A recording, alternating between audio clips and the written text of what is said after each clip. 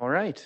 We acknowledge that the city of Fernie is located within Kukinamakis, the unceded territory of the Yakutat Nucleat First Nation. We recognize that we live and work within their vast lands. The Kanahunik are from Yakutat Nucleat and are members of the Ktunaxa speaking peoples of British Columbia, Idaho, and Montana. Before we come to order here, October 6th to 12th is the National Fire Prevention Week. This year's campaign strives to educate everyone about the importance of having working smoke alarms in homes. And some of our facilities will be closed on October 17th, the anniversary of the Arena tragedy. And with that, I will call this meeting to order.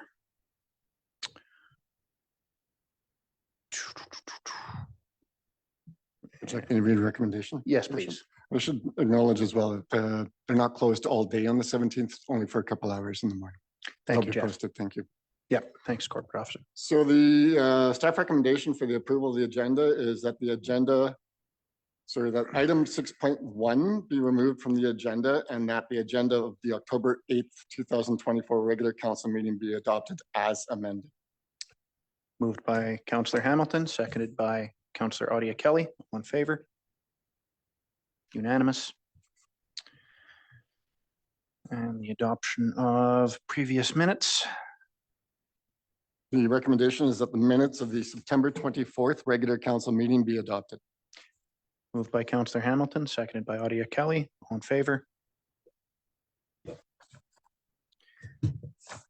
And with that, it's public participation period. And we're going to open the floor up for public participation. Speakers must not address council regarding a matter for which a public hearing must be held or has been held pursuant to the Local Government Act prior to the council's consideration of the matter or adoption of bylaw. Speakers must not address council regarding a permit for which public notice must be given or has been given pursuant to the Local Government Act prior to the council's consideration of issuance of the permit. A speaker may only address council for a maximum of 3 minutes. Do we have anybody?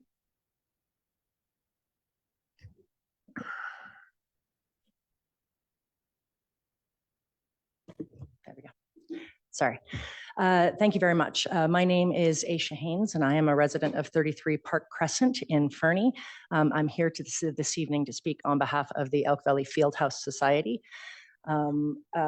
We would like to thank Acting Mayor and Council for continuing to discuss our requests to receive some funding and a lease agreement from the City of Fernie for our project. And to assure you that we will continue to engage with the broader public that are not represented already at our table in the society. In fact, in the last package that you received at that last meeting, you will have noticed that there were 30 letters of support from various businesses, individuals, and other community groups, many of them not actively engaged yet with the society, but rather outside sources that are supporting our project. We've received another 10 of those letters this week. Many people have come to past meetings to speak in support of this as well. And so we just want to continue to highlight and that we commit to continue further, more robust engagement with the community once we have a funding plan to go forward. It's difficult for us to engage in truly meaningful until we know what the design of the facility is going to be, until we can actually show people what it is that we're talking about. And that brings us to why we're here this evening. We do appreciate the verbal support so far of Acting Mayor and Council for this project and for some funding and leasing for this project. But at this point, we cannot further engage with other sources of funding, and we cannot continue to spend the personal funds of the members of our society until we receive a meaningful funding engagement with the City of Fernie. We're just at a standstill. We can't go any further until we receive some form of commitment of funding from the City of Fernie, and ideally work towards a lease agreement as well. So we do urge Acting Mayor and Council tonight to please confirm funding to this society in order to build the Fieldhouse project, as well as to instruct staff to work with us on an actual lease agreement so that we can move forward with our activities. Thank you very much. Thank you. Anyone else?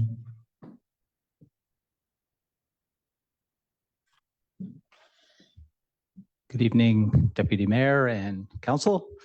My name is Alan Young, 541 Fifth Avenue. I'm currently on the Board of Tourism Fernie and chair of the Fire Hall Replacement Community Working Group.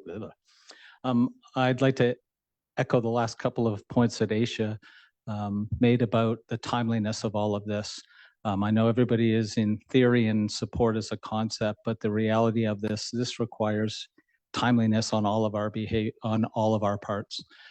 We need to, I'm here to ask for two things: that immediately council approve the funding request as noted, and also to instruct staff to prepare a draft lease for this, for the purposes that Aisha said, because in the end, we have no facility.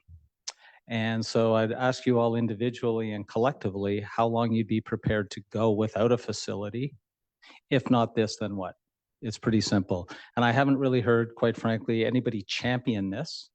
And these things all take time. And there's people and families and organizations and events that provide both economic benefit and, you know, contribute to the fabric of this community. And the unintended consequences of these are, do people not move here? Do people move away if we don't have things like this? Let's call it a community center. There was a red herring about calling it temporary. It will evolve into a midterm or even a longer term facility. And we don't have time. We don't have time to delay this. We have to fund this, because if not this, then what? Because if you guys have a plan, then this is a highly committed group of individuals, and we get pennies on the dollar. 15 to 25% of the overall cost comes to the city of Fernie, as opposed to 100% on an unknown timeline. So I urge you guys to take advantage of the incredible effort that's been brought forward and avail yourselves of their services, engage with them, and construct a facility for all the user groups that I know you're all familiar with. Thank you. Thank you.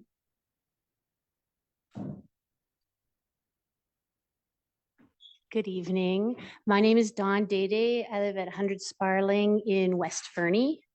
Thank you so much for your time and commitment to exploring how we can make a healthier community, ensure that all ages, our youth, adults and seniors have a place to be able to recreate. I'm here representing the Avalanche City Roller Derby team, the Fernie Roller Derby Society, and we strongly support this, the Elk Valley Fieldhouse Society's proposal for a multi-use facility at the outdoor skate rink. The closure of Fernie Community Center had such an impact on all our community members and so many community groups, so many passionate people who help to work to help make allow us to have a healthy community. And these community groups are incredible. The number of volunteer hours is mind-boggling. And really this lack of indoor space, really we need to see this, the city needs to take some sort of action. This lack of indoor space in our community. And so the multi-use facility at the outdoor rink site is a practical solution that will benefit our community members. And this will help, this indoor space is really going to make a big difference to help us support physical, mental, and social well-being in our community, which we need. We all know we need. And so we can't wait to take action. So I urge you to take action this evening. As our society, we support the Elk Valley Field Society running this facility, as it could reduce City of Fernie costs. And I thank you for taking action to ensure we all can thrive in a healthy and active community. Thank you. Thank you. Is there anyone else in person?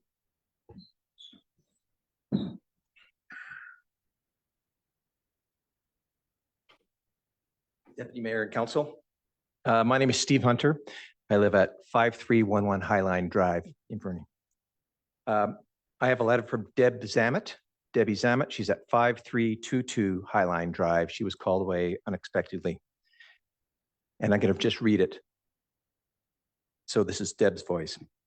I am writing to express my support for the Elk Valley Fieldhouse Society's proposal to build and operate a multi-use facility at the outdoor rink site. I am a director of two nonprofits, Fernie Adaptive Snow Sports and Cycling Without Age Fernie.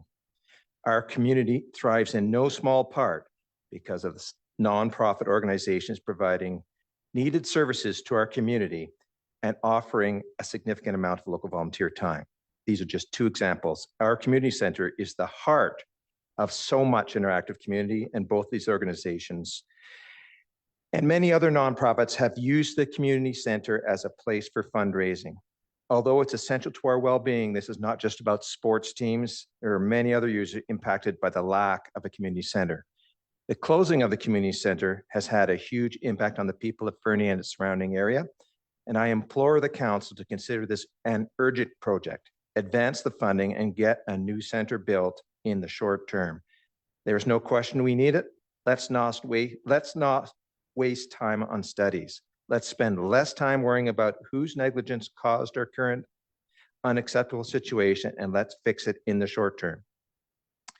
I believe that the Elk Valley Fieldhouse proposal provides an immediate solution with long-term potential uses, and I ask the mayor and council of the city of Fernie to direct staff to work with extreme expedience to advance this proposal.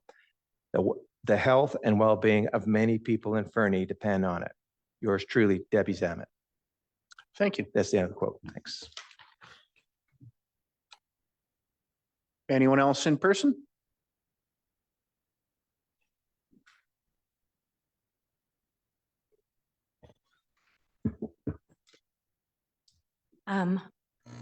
Hi there, my name's Nadine Baker and I reside at 6 Saniva Drive, Fernie, BC. I'm coming to you as a parent of young children, a young child, sorry. So a young family who 10, 11 years ago came here just to try it out in Fernie, and I chose to stay. I chose to stay because of the community, the involvement of nonprofits and how visible they are in the community, as well as the overall environment that all community members here present, the type of lifestyle that we all love to do. The closure of the community center has put an organization and many other organizations in a position where we've had to become very inventive of solutions for this coming year, which none of us have truly felt the impact of as of yet. We haven't moved things inside. That starts next month.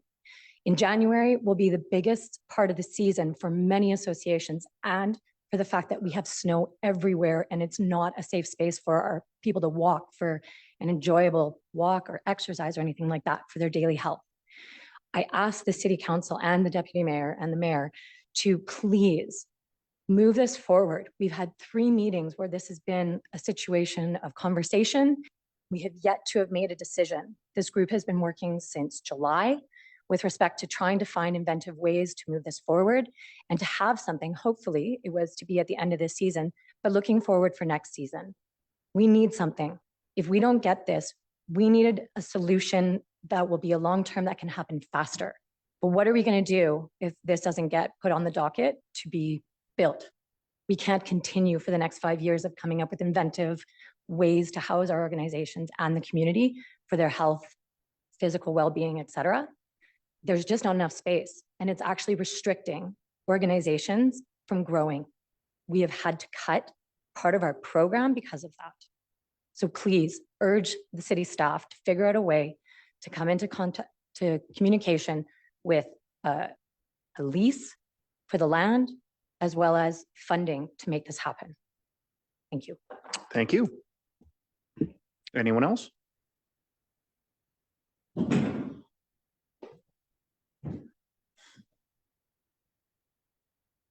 Hi, everyone. Deputy Mayor, Council. My name is Dennis Johnlich. I live at 30 Silver Ridge Drive, just up the hill from the current outdoor rink facility. I don't have a horse in this race. I'm just as a resident of the neighborhood, adding my voice and my support for this project as a perhaps stopgap or longer term. Rather than it not being in my neighborhood, I support it being in my neighborhood. Thank you. Thank you.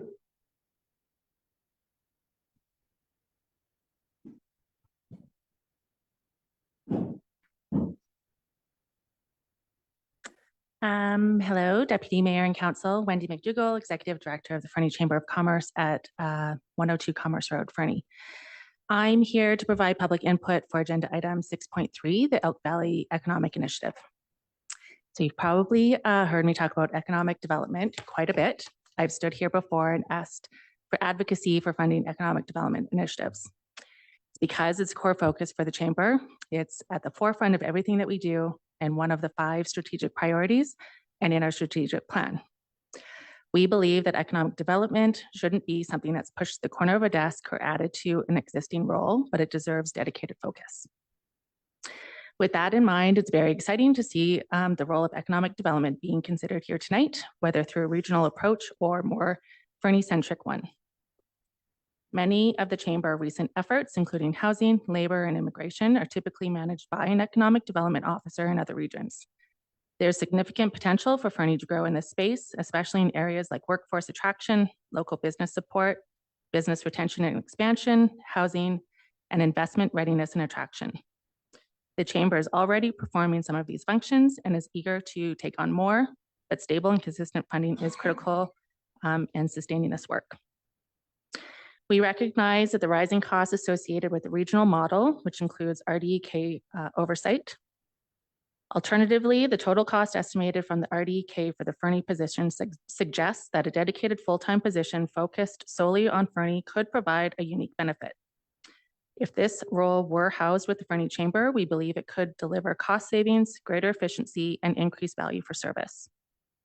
On the other hand, a regional role through the RDEK would offer a broader Elk Valley approach, but it does come at a higher cost or not provide the same level of focus on Fernie-specific initiatives. I know this decision involves careful consideration for both options, and I appreciate the thoughtful consideration Council is giving to this matter. I will be in the gallery for the presentation by the CAO, so if you have any questions, I'll be available. Thank you. Thank you very much. All right, that appears to be just about everybody. Is there anybody else that hasn't spoken yet? I'll take another crack. All good. Anybody online? Okay, thank you. With that, our next item is moving into Committee of the Whole. Do we have a mover? Councillor Hamilton, Claudia Kelly. All in favor? Unanimous. Item 6.1. We have, oh, 6 point, yeah, we're 6.2, shelving Deputy Mayor. 6.1. Yes. 6.2, Quarterly Financial Report from Director Burdett.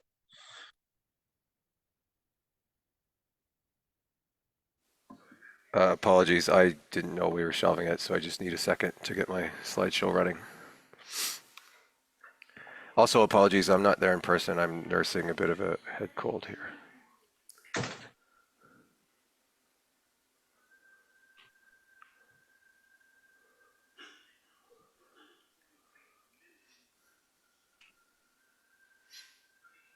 Okay, thank you. Thanks, Your Worship. Just wondering, why did we drop 6.1 again? Sorry, I was not part of that conversation. I should have explained. We can't make quorum on that issue because 2 of us chair or are pretty heavily involved in some of the local events on that list.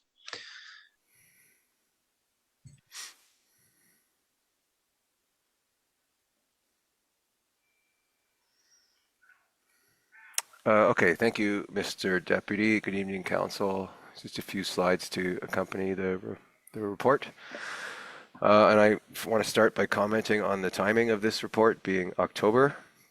Obviously, Q2 ends in June. Normal timeline for this would be around August, but had some key vacations in August. And then, as you know, recent council meetings have been quite full with fire hall and field house reports. So rather than make those meetings run even longer, we're doing this report tonight. And then the Q3 report, back to normal. Council can expect that for the November 26th council meeting. And so this and the next slide, there are 5 major expense categories that I'll show. And together they make up around 70% of our total operating expenses in a year. Excuse me. These slides are repeat slides from last quarter, and they show our current inflationary pressures using the last 12 months of data to the end of June. So starting with insurance, in June 2023, this went up 21.5%, and in 2024, it increased by 12.3%. Insurance increases continue to be very large. though the percentage increases are getting smaller. And just for reference, 3 years ago, insurance went up by 35%. Fuel has been fairly steady because the price of fuel has been quite steady the last couple of years. There was a question last quarter about the savings on our EVs, and staff estimates a savings of approximately $10,000 per year, which is fuel cost savings less charging expenses, obviously. And that's for the 4 or 5 vehicles that really only mainly drive around town. Utilities went down ending June 2023 and up a little bit in 2024. The reason for the decrease, if council remembers, is largely because the switch to LED streetlights was in mid-2022. But since then, costs have been fairly steady. Wages and OT, fairly level increases here, as most of this is tied to pre-existing contractual agreements. Benefits, however, increased quite a bit. Benefit providers of all types have had their costs increase, and also, especially since COVID, usage stats are up, which then results in higher premiums for us. And then lastly, putting this report together for council, staff can confirm there's no anomalous items to bring to council's attention at this point. We are on budget. And in terms of tying this to upcoming budget 2025, I'd say the main item that council should be aware of in terms of projected increases to keep in mind for next year, and this is discussed a little bit in the report, is the expiring contractual agreements. And last quarter, I believe there was a question from council specifically around wage increases and whether or not they're factoring into the inflationary impact on the city. And they are, but for the 2024 budget, it was really just an estimate. And now all of these contracts are actively being worked on renewing. And so council can expect to have more of that discussed during the 2025 process. Finally, last quarter, this report came alongside the major project dashboard update for council. And just for your information, that update, I believe, is coming to council at the October 22nd meeting. Thank you. Happy to answer any questions. Thank you, Director Burdett. Any questions from council? Councillor Hamilton. Thank you, Director.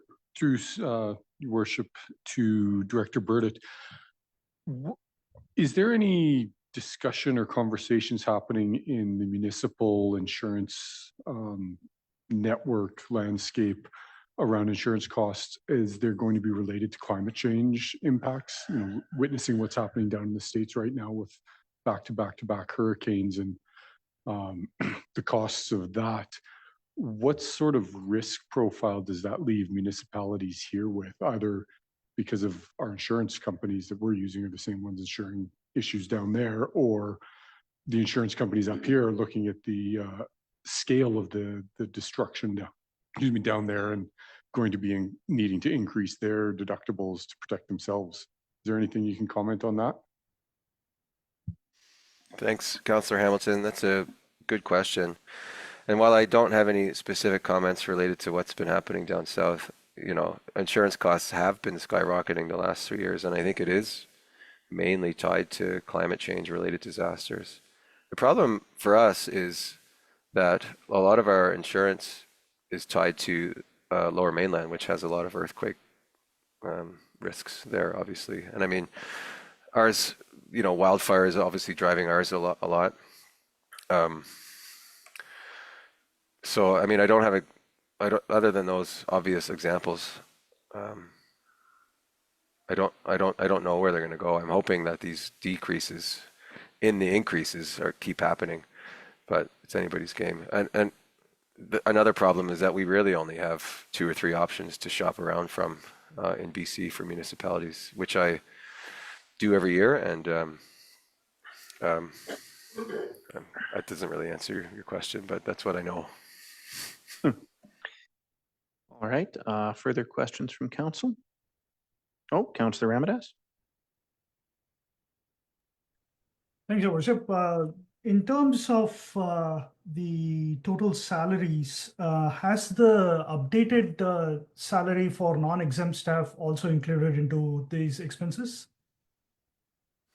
Yes, that's one of the contractual agreements referenced on Okay. top of the union agreements too.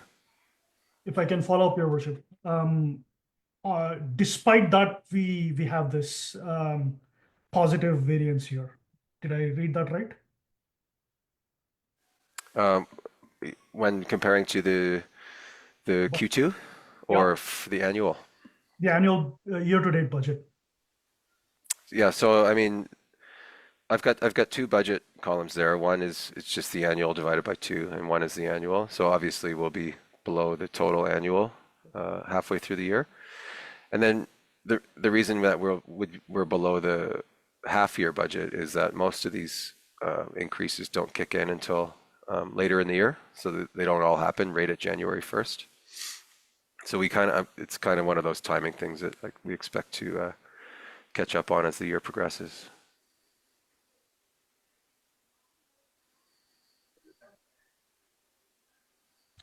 Anything further, Councilman? I do, Your Worship. Thanks for that. Also on the planning and development side of things, it says below budget due to several major development projects that were expected to begin in 2024 being delayed.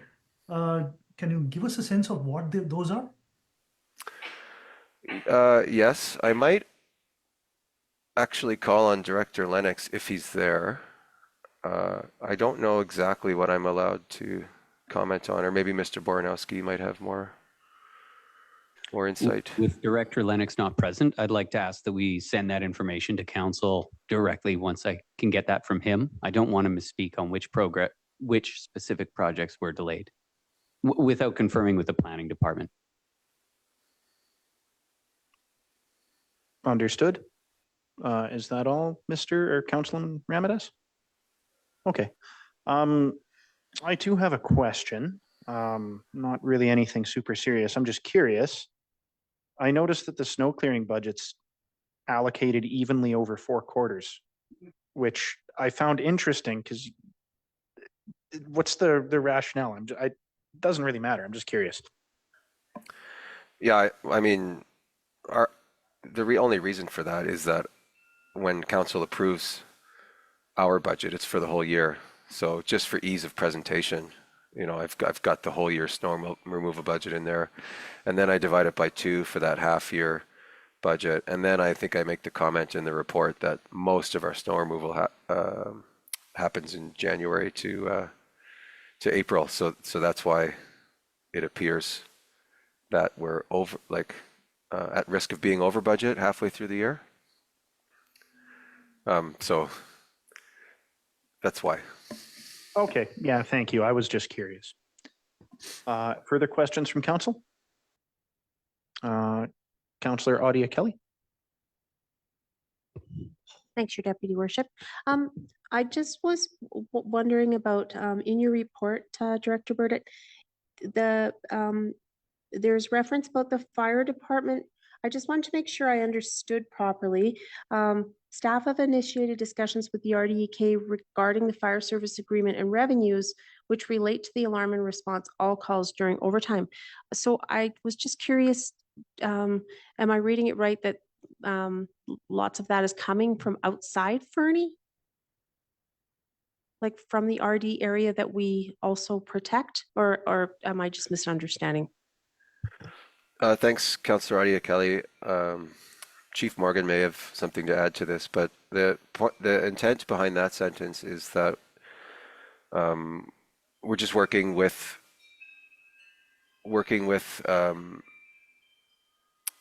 maybe I'll backpedal a bit.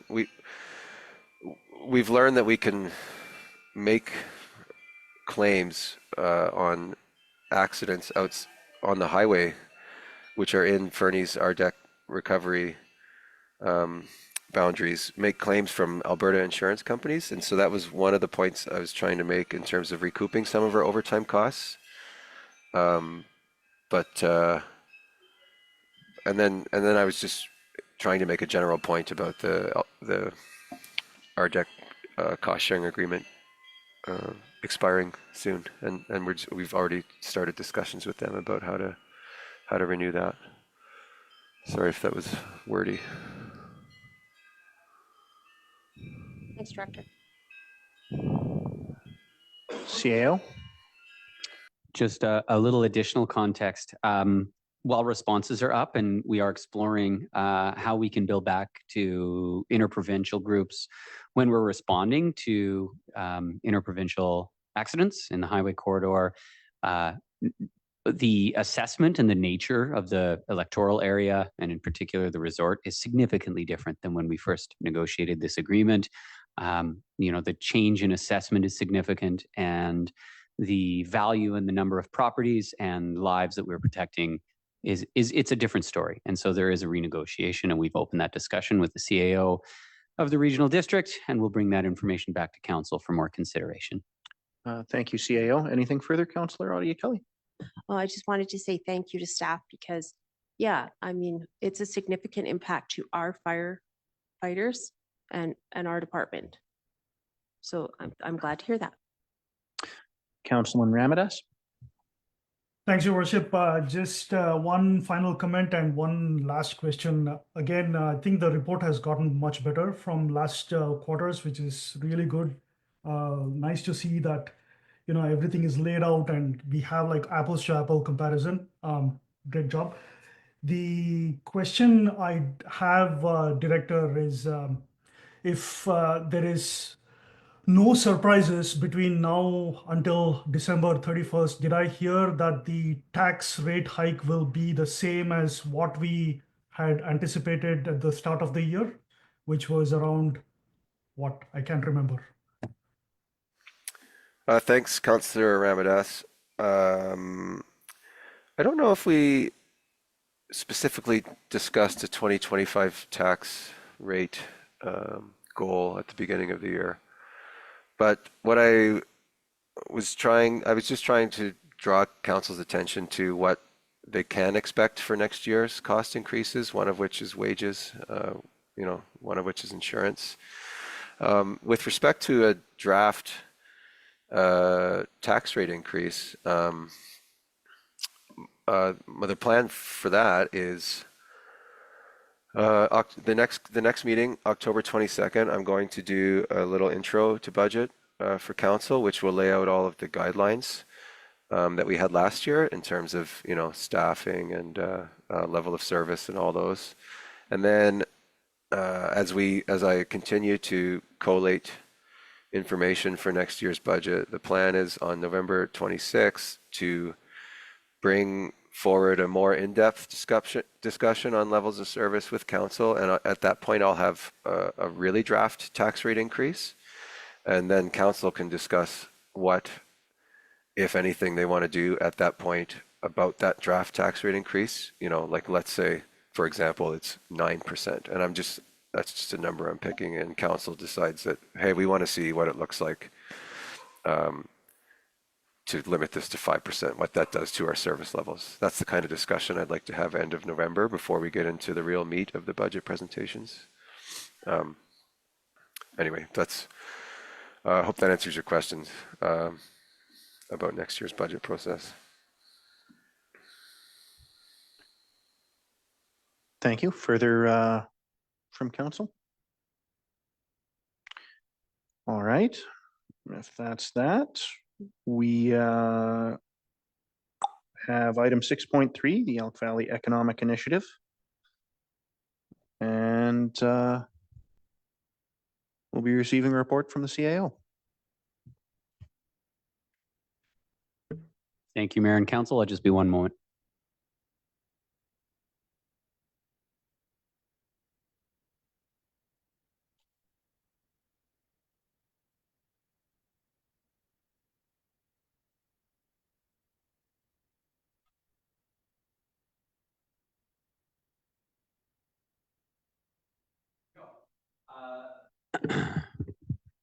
Deputy Mayor and Council, brief presentation just to summarize the information in the City of Fernie report, a little bit from the RDEK report on the Elk Valley Economic Initiative Economic Development Service Area Establishment. I'd A 2023 decision by council provided communications to the regional district that supported the establishment of a regional service for economic development. This was in response to work done by the Elk Valley Economic Initiative. I wanted to note here, and it's noted in the report, the EVEI has done some fantastic work. Its capacity is inconsistent and it's limited due to the funding, which is essentially the intermunicipal business license fees and then grants. And so you're essentially working on a shoestring to try and achieve coordinated economic development benefits for the 3 member municipalities and electoral areas. Originally at that time, the RDEK was provided from the EVI and member municipalities, or I guess participating municipalities, an estimated budget of approximately $103,000 for the establishment of the service area. That allows for some project funding and wages. Following some additional considerations, the RDEK board was presented a budget range of $96,000 to $222,000, and that includes a number of different delivery models.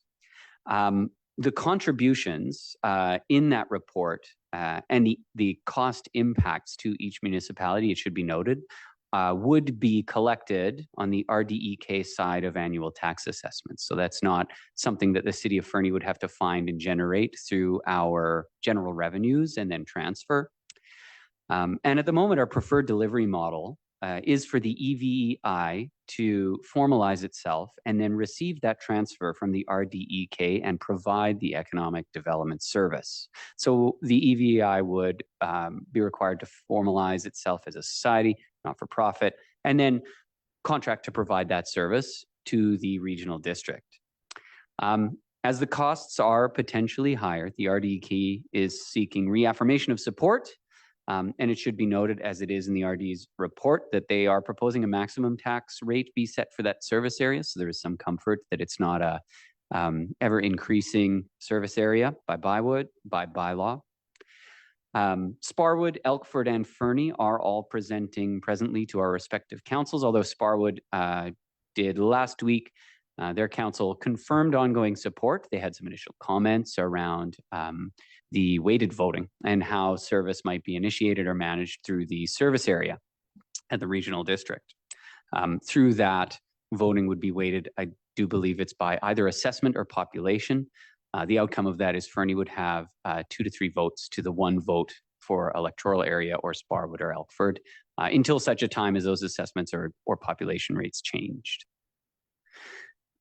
In terms of process, once hearing back from each municipality potentially participating, the RDEK would prepare a bylaw, bring that past the service area board. Ratification of that bylaw would be done at the RDEK, and it should be noted that moving forward, changes to the bylaw is a vote at the RDEK. So any one municipality would not be able to unilaterally remove itself from participation. We'd have to do that with a majority vote when it comes time to discuss service areas at the RD.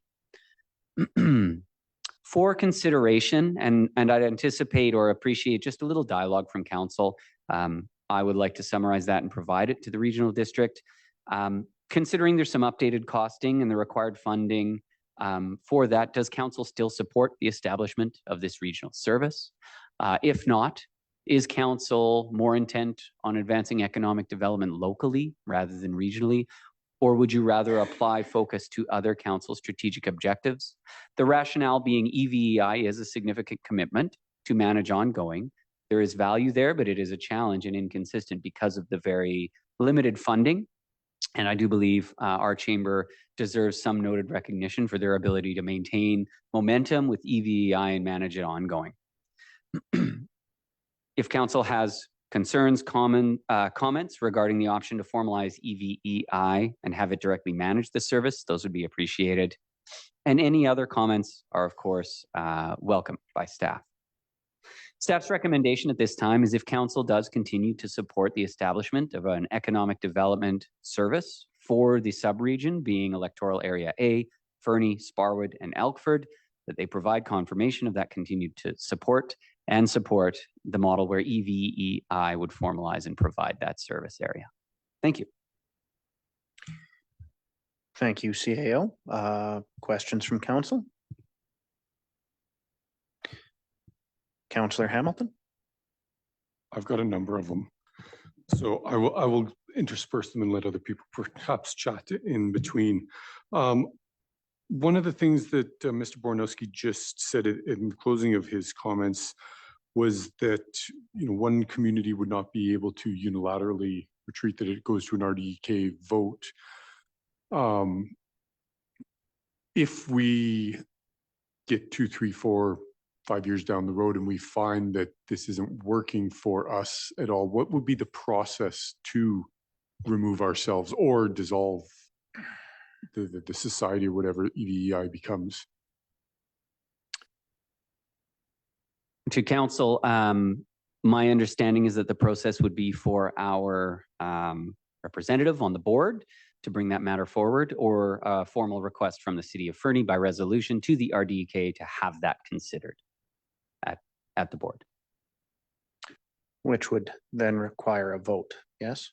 Yeah. Councilman Ramadas? Thanks, Your Worship.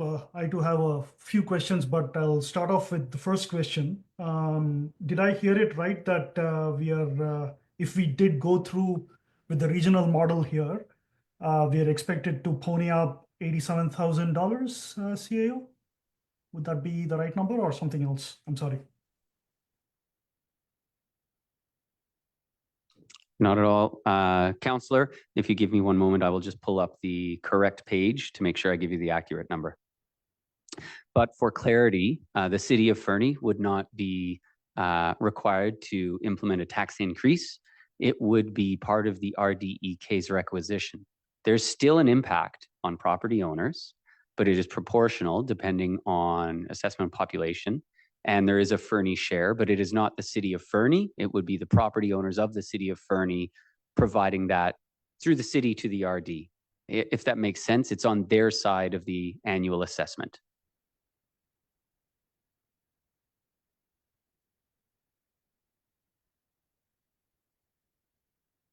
Further, Councilman Ramadas, or is that good? If I may, council,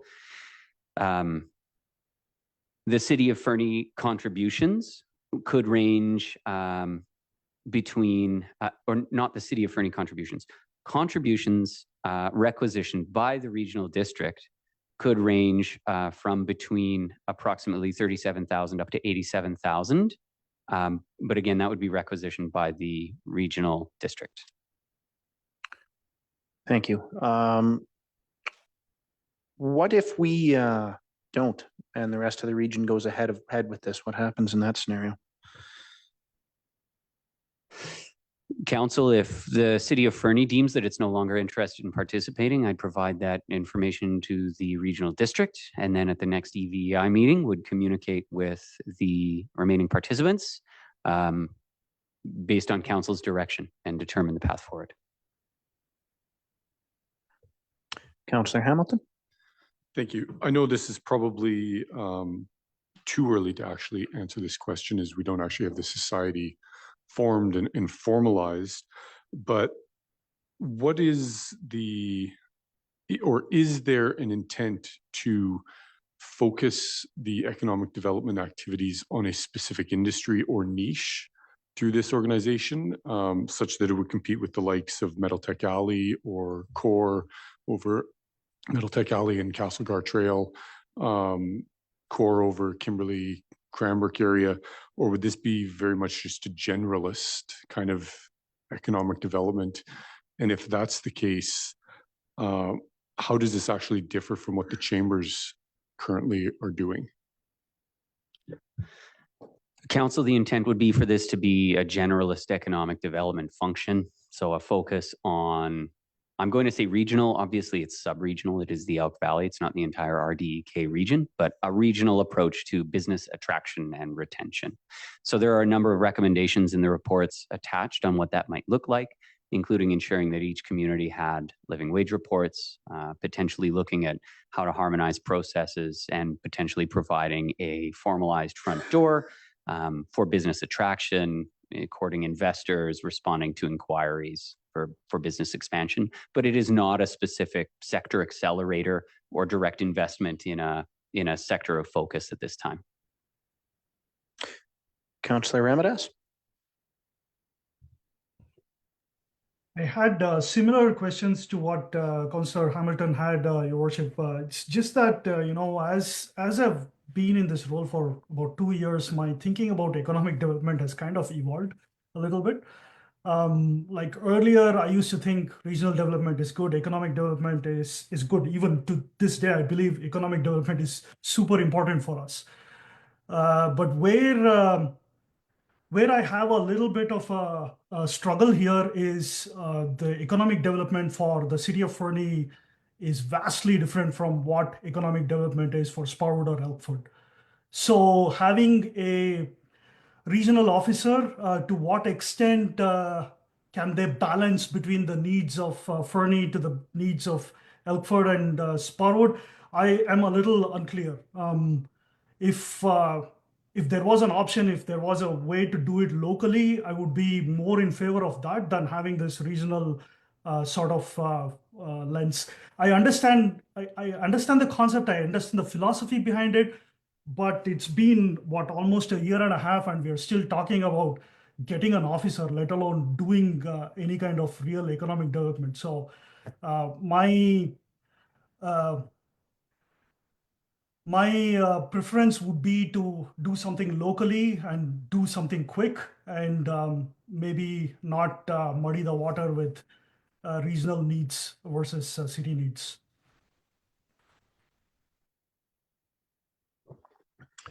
Thank you, Councilman Ramadas. Further questions? Councilman McIsaac? Thank you, Deputy Mayor. I was wondering if, and I don't know if Mr. Borneski can speak to this, but I'm very curious about the RDK oversight proposal in here and what specifically that would look like with regards to the economic development. That would essentially, if the RDEK was to deliver the service entirely, it would mean that they would do the hiring, provide the IT, provide the day-to-day work oversight. The individual would report to the regional district rather than should the society or should EVEI form a not-for-profit or a society, having that managed locally. So all of the apparatus from wages through benefits to policy to et cetera, they would be a RD employee. If I may continue. I guess I'm curious, in your, I assume that there's been some discussions with the various chambers with regards to this, and I'm wondering, did you have a sense from our chamber or the other chambers in Area A as to whether or not they preferred an RDEK managed ED or locally based hired one, or if that was even discussed? We have at the EVEI table discussed whether it would be managed through the RD or by forming something formal, by creating something formal. That was by far the preferred method because it allows for a much closer level of control. Having said that, the turnover with chamber directors has been recent, or the change in EVI representations for the chambers in Sparwood and Elkford has been recent, and a change in Elkford means that also for that municipality, we need to secure another representative for EVEI. So I can't speak for new people joining, but the preference around the table for this proposal was to manage it directly and have it respond directly to representatives from the member municipalities and chambers and electoral area and form a proper terms of reference that created that mandate and organization. Councillor Hamilton? Unless you were still on the same train there. Okay, yeah. Thank you.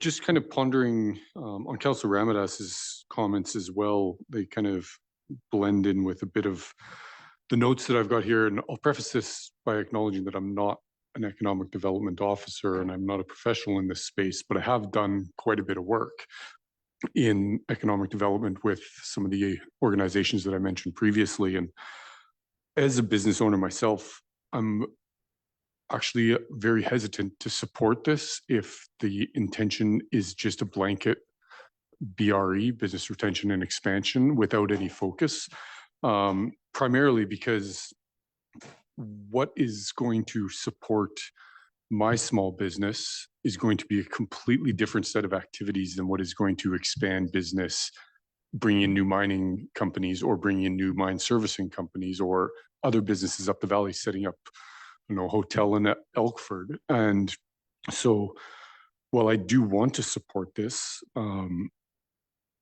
because we need to support economic development in our region, and I think this is a very maybe not fast way, but this is potentially the way to start generating more interest in the Elk Valley. We need to have more specific guidance to the organization that they need to be more targeted.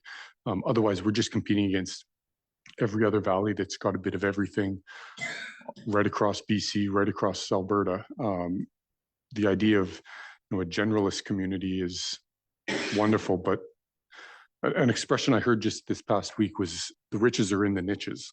So, if we're going to actually be serious about economic development and building some sort of ecosystem here, we need to be more targeted.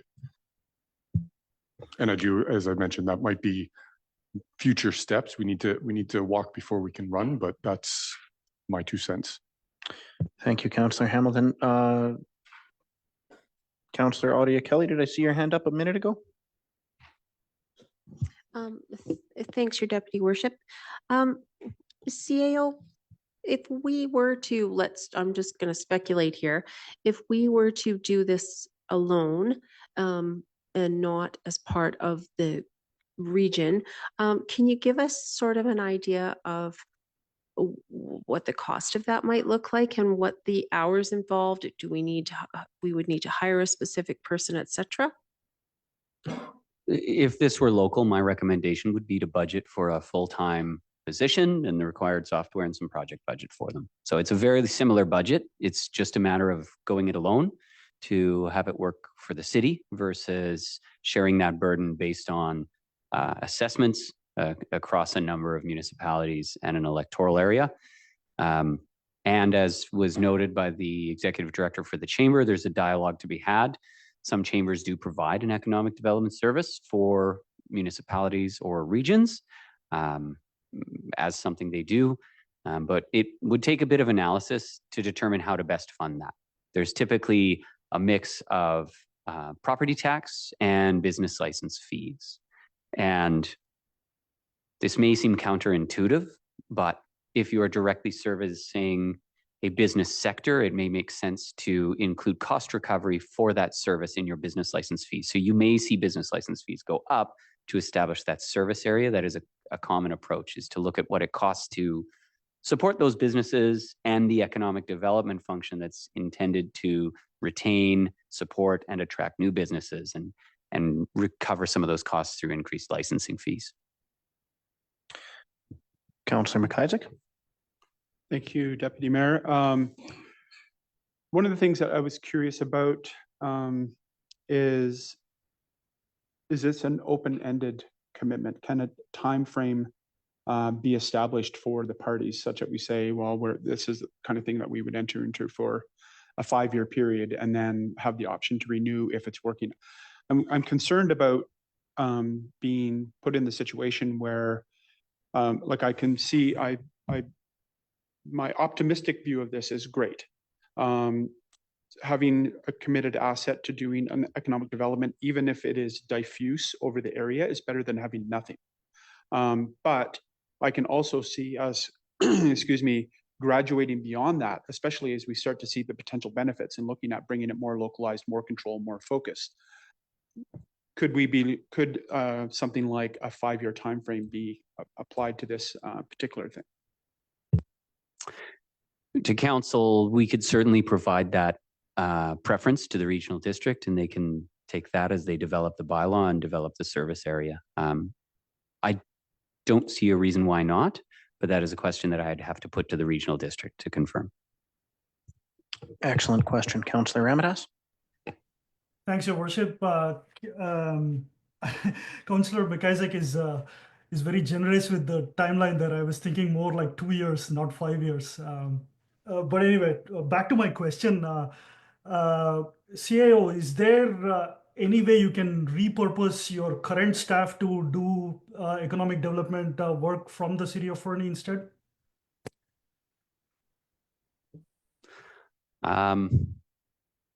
None of the current staff are economic development practitioners by training that I know of, although I may be missing some training or background. It would simply mean reallocating their role to economic development should they be interested in taking that portfolio on. There's always, of course, negotiation if someone has a contract to be a manager of planning and we determine that we want to reallocate, say, long-range planning to economic development or development planning to economic development. Those are certainly potentials. You could look to shift someone's role. There's, again, negotiation there. It's possible. I haven't undertaken that analysis. I don't in particular have a pointless portfolio. That's an unfair way of positioning it, but all of the individuals who are working at that sort of a professional capacity at the city have absolutely full plates. It would be a sacrifice. I'd have to do some analysis with the team because we'd be bringing you considerations on what you're deprioritizing or abandoning in favor of then refocusing on economic development.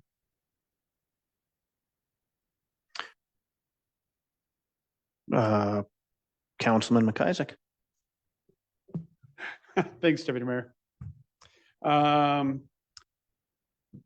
Just as a starting comment, I just want to say, I actually don't think that 5 years is particularly generous. I think it's probably about the minimum amount of time before we start to see some significant actual changes in the area based on EDO.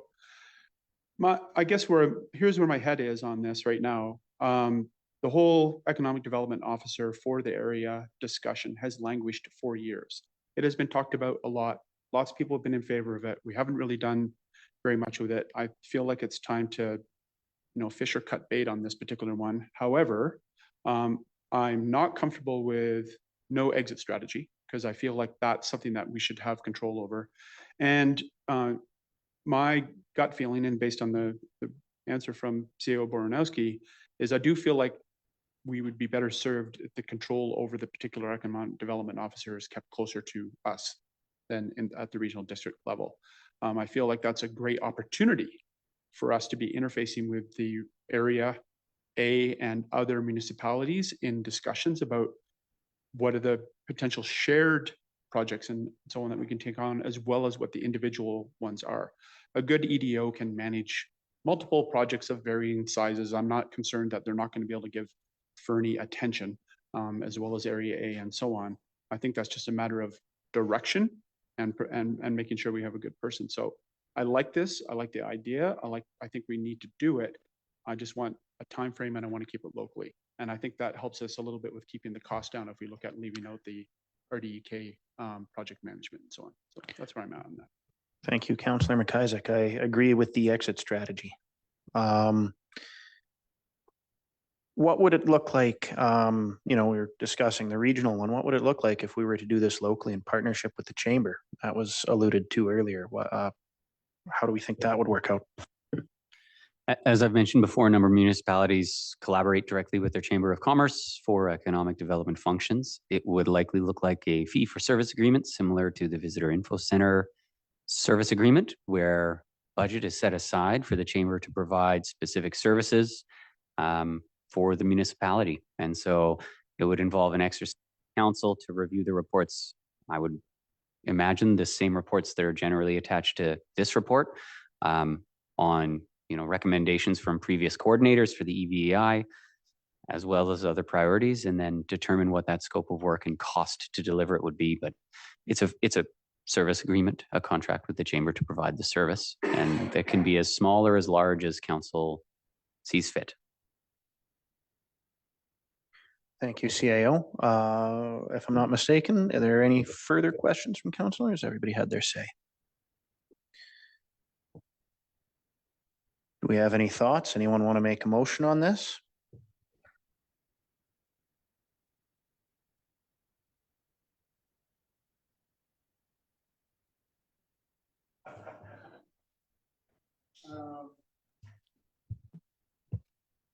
I guess I would say, I'm not sure that we need to can take a specific action yet, because I still feel like the timeline thing has to be discussed. So my motion in this case would be to have the staff communicate with the other municipalities regarding the favorability of a 5-year timeline for this particular project. And that if everyone is comfortable with it, then I think we look at the first, sorry, I don't have the options up on my screen, but there were 3 specific options for funding the ED position only. I think that is a manageable finance level. I realize I'm straying far off the motion language here at the moment, but direct staff to communicate with other municipalities regarding a timeline for this particular initiative, whatever that happens to be.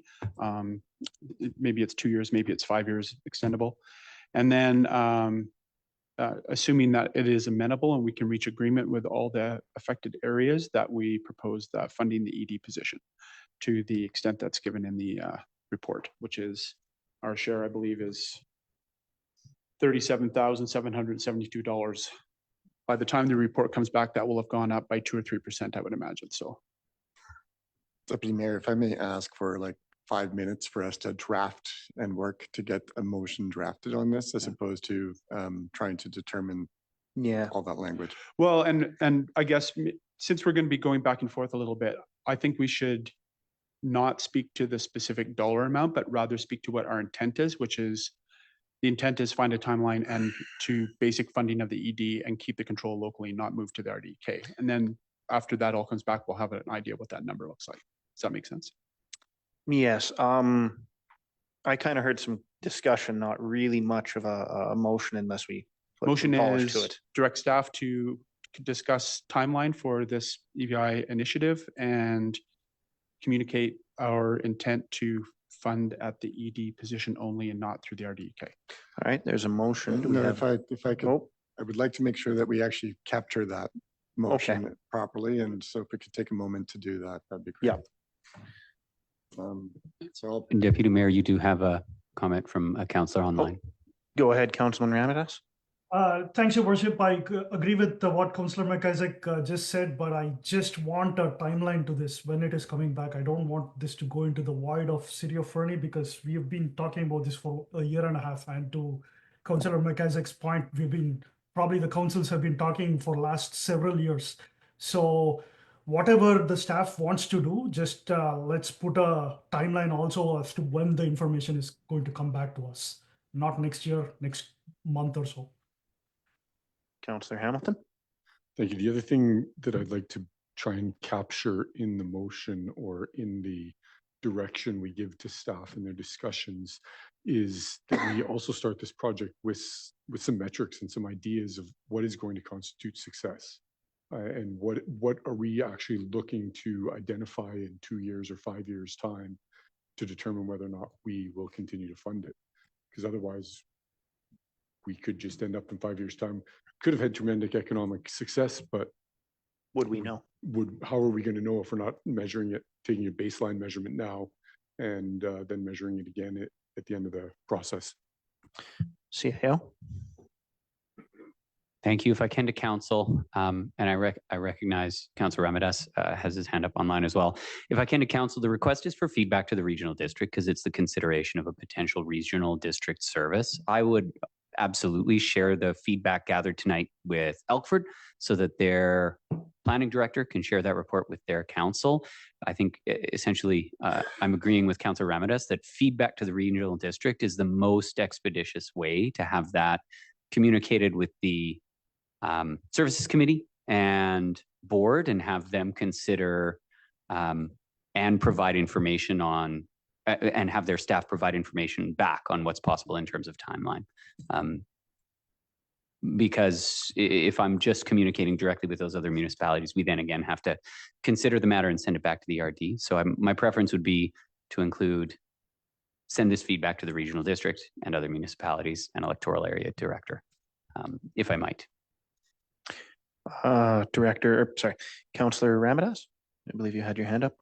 Yes, I did, Your Worship. Thank you. Just just a follow-up to what Councillor Hamilton was saying, the measure of success in my mind is super clear here. Like if there is any percentage points that we avoid in tax hikes due to more businesses being formed in town, that is success to us. If it's 1%, 2% doesn't matter, as long as there are increase in number of businesses formed, which means we have more taxes coming in, which means we are increasing the tax base. That would be a measure of success for us.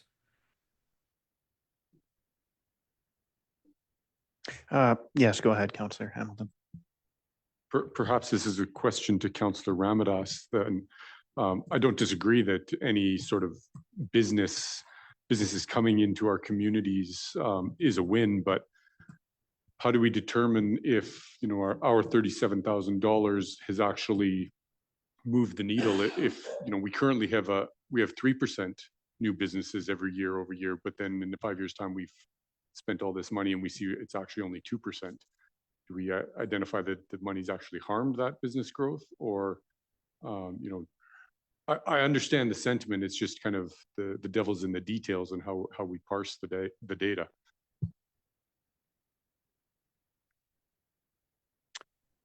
Thank you, Councillor Hamilton. If you want to respond to that, Councillor Amadas, that would be okay. Oh, thanks, Your Worship. I think it will be pretty clear, right? Like this officer will be sitting there.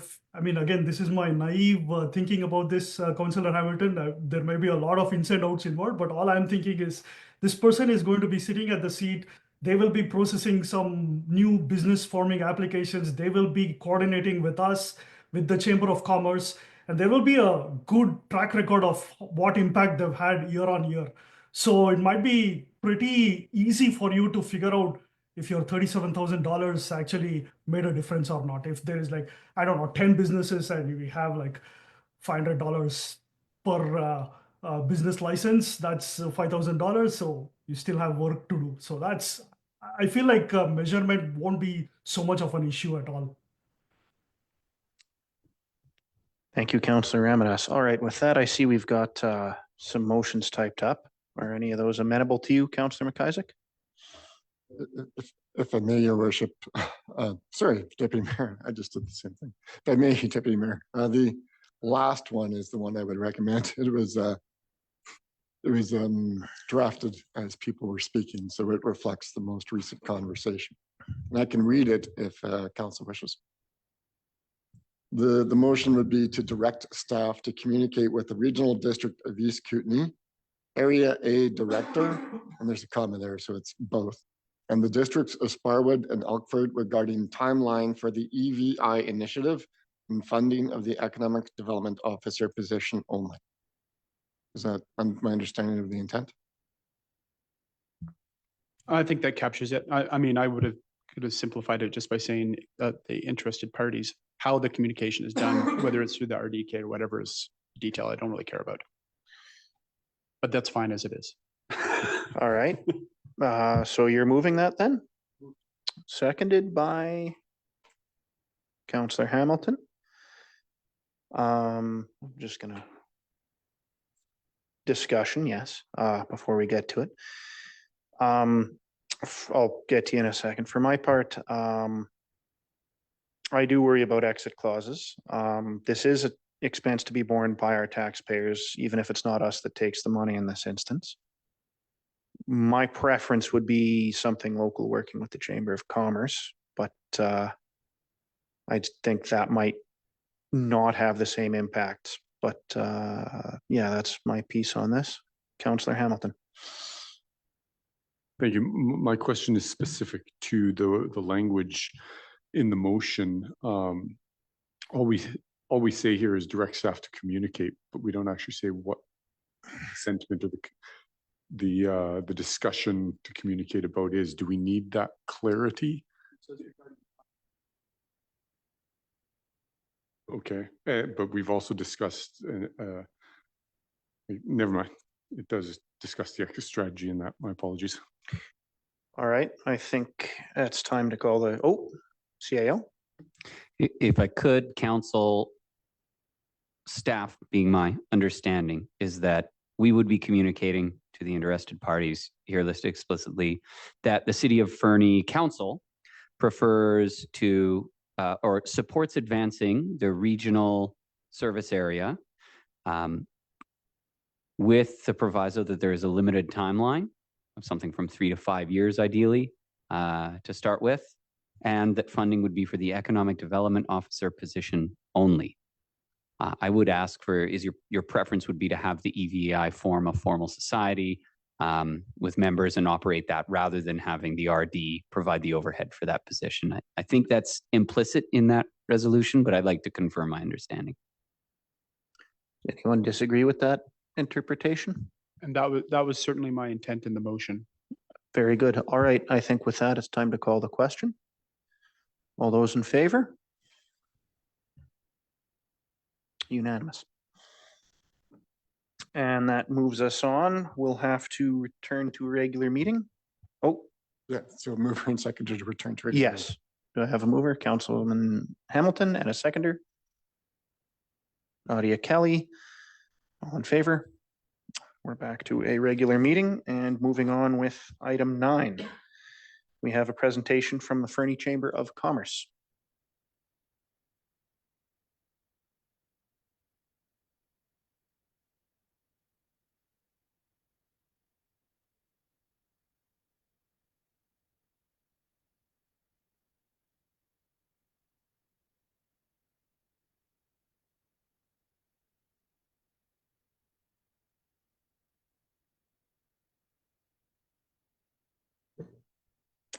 Okay, good evening, Deputy Mayor and Council. My name is Wendy McDougall. I'm the Executive Director of the Fernie Chamber of Commerce. Thank you for the opportunity to present our request for funding to support Grizz Days 2025. I have prepared my presentation to fit within the 10-minute time frame. However, with Council's permission, may I extend by a few minutes if necessary to ensure that I capture all of my points. You need a motion for that, or? Thank you. Councilman McIsaac. Seconded by Hamilton. Councilor Hamilton. All in favor? Unanimous. Okay, I appreciate that. I'll do my best to stay within the time frame. Okay, so the resolution we're requesting tonight is financial support in the amount of $15,000 for the Chamber to plan, execute, and deliver Grizz Days 2025 Festival.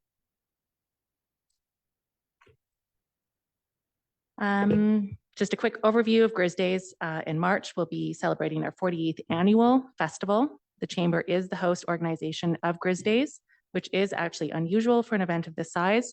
Normally, it is hosted by the municipality or outsourced by a municipality or a society is formed. Regardless, we are the proud supporters of Grizz Days. It's also an opportunity to connect with local businesses and community partners. We celebrate Fernie's winter heritage and community spirit and promote a local experience. It boosts tourism, attracts visitation to Fernie while benefiting local businesses. Grizz Days was awarded the 2023 Best Mountain Festival by Avenue Magazine, beating out other events hosted in Banff and Canmore. We were also the silver winner of the Fernie Fix 2023 Best Festival event, with gold going to our friends at Wapiti. Both of these awards highlight the event's popularity and the significant positive impact that it has brought to our local community and visitors. In March 2024, the Chamber Board participated in the strategic planning session. We now have our 2024 to 2027 strategic plan. We're very proud of this document and the goals and direction that we've set out for the Chamber. Under the program review and capacity building strategic priority, we set a goal specific to Grizz Days to do a program review to hire a contractor and secure funding, which would allow the Chamber staff to focus on core Chamber activities. Over the last 6 months, we've completed a thorough review of the event, including the budget, timeline, and deliverables. We have pursued other funding sources, including grants. And in early June, we did engage with the city, with the mayor and CAO to set up a meeting. That didn't happen until about August, at which point it was recommended that we present to the entire council, which has brought us here tonight. That was followed by an RFP for a professional event management service. We collected proposals, we conducted interviews, and we have selected a preferred candidate. I thought it would be worthwhile to highlight some of the findings that we achieved through our program review. So it did take 1,300 hours for 3 staff members time to plan and execute Grizz Days.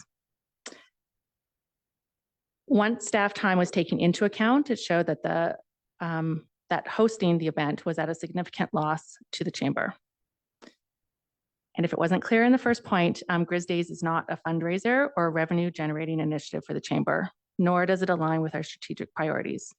Hosting large events is not typically part of a not-for-profit organization's strategic focus.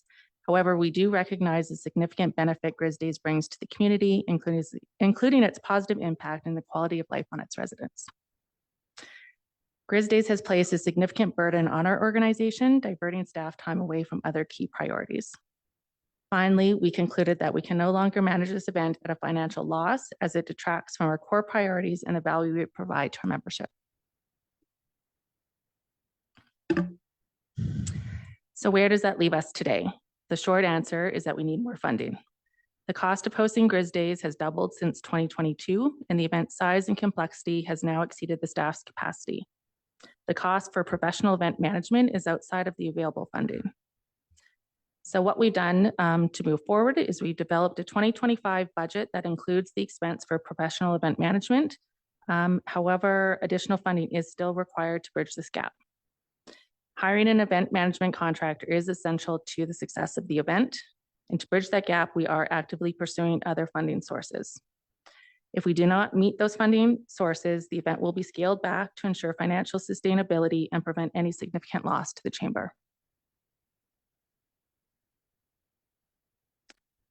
An overview of the financials. So in 2024, we raised nearly $100,000 for this free inclusive event. That's a significant achievement, with almost half of the funding coming from community support and sponsorship. For 2025, we anticipate costs to increase by 30%, and we are seeking more grant funding than we ever have before. Without the additional support from the city, we will be challenged to maintain the event's quality and its positive impact on the residents and visitors. In 2020, the City of Fernie's financial support for Grizz Days ceased, although we do continue to receive invaluable in-kind services. Before 2020, the city had a history of providing financial support through contribution agreements, which were essential for the event's success. It's important to note that we also do receive RMI funding, which is critical to enhance the visitor experience, but we do need more funding for the full scope of the event. In 2024, we received the largest amount of RMI funding we have ever before. Those costs, or the grant funding, covered parade traffic control, security, setup and tear down of tents, events insurance, and bleachers. Grizz Days is a very unique event that brings with it financial challenges. It's free, so we don't have any ticket revenue. It happens during the winter, which requires snow removal, tents, and heating. In terms of food vendors, it's not as easy to just pull up a food truck as they're all winterized, so it requires more tents and heating so that the not-for-profit organizations can come and supply food and raise money. And it gets dark early, so we need lights, and that takes power. I thought it would be important to show how Grizz Days aligns with the Council's strategic plan as well. So it does align with the goals of a livable community through the inclusion and community service priorities. This goal aims to improve the quality of life for residents through partnership and extended services, which Grizz Days does achieve by offering free inclusive events that foster community pride. Additionally, Grizz Days strengthens partnerships between the Chamber, the city, local businesses, while promoting economic activity that benefit both residents and visitors. In conclusion, the city's support is critical to sustaining the iconic event, which is deeply rooted in Fernie's heritage and offers sustainable economic and social benefits to our community and aligns with the Council's strategic priorities. The Chamber's path forward is to proceed with a professional event management, as it is essential to the success of the event. We will continue to seek additional funding, and we will adjust the budget as necessary to ensure that the event does not result in a net loss. If sufficient funding is not achieved, the event will have to be scaled back. So again, we are seeking a resolution to provide financial support in the amount of $15,000 to the Chamber for the planning, execution, and delivery of Grizz Days 2025. We would also welcome the consideration for a 3-year contribution agreement, which would help secure funding as we approach the 50th anniversary of Grizz Days. Thank you, and I'm available for any questions. Thank you very much. I believe Councillor Hamilton, was that just a? It Okay. was just scratching my eyes, but I do have a question. Well, then go ahead. Just curious, when you reference a scaled back festival, what that might look like. So we've taken a deep dive into the budget and identified areas that we could pull back. So maybe it's we don't have an ice sculpture or we don't have a parade. The parade has become incredibly expensive. Traffic control is a necessity that we haven't had in prior years, but we do need it for safety. So we've identified areas that we would scale back, and it would just be a smaller event. Thank you. Councillor Ramirez. Thanks, Your Worship. Can staff or someone remind me why we cancelled from 2020 onwards? What's the history behind it? Oh, for those who couldn't hear, he asked why the council from 2020 onwards didn't fund the event, correct? Council, the city continued to fund the event, but used the RMI funding to support the event rather than using general taxation revenues to fund the event. Thank you, CAO. Is that Grin a question, Councillor McIsaac?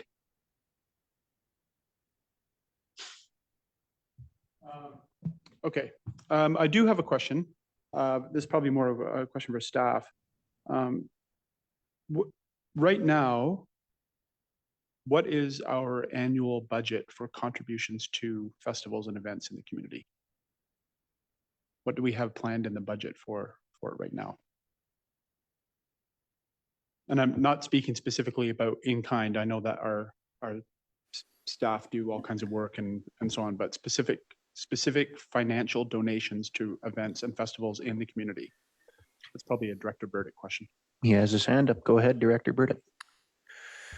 Thanks, Councillor McIsaac. I guess you excluded in-kind contributions, which makes the question quite a bit harder to answer. But our special events department budget that's funded purely by taxation is $25,000, which does include staff labor and setup and all that stuff. And then the amount that we have for events and animation that's funded by RMI. I'm just bringing it up here, apologies. For 2024, it was 110,000, of which 25 went to the chamber for Grizz Days in 2024. So in terms, I guess in terms of direct donations funded by taxation, the answer is close to zero, other than the in-kind stuff, if not exactly zero. But you know, our buckets aren't that split out. It's just we just have like an events bucket, and then we have a Canada Day bucket, and they both equal 25,000. Thank you, Councillor Ramirez. Thanks, Your Worship. I just have a follow-up question here to CAO Bronowski about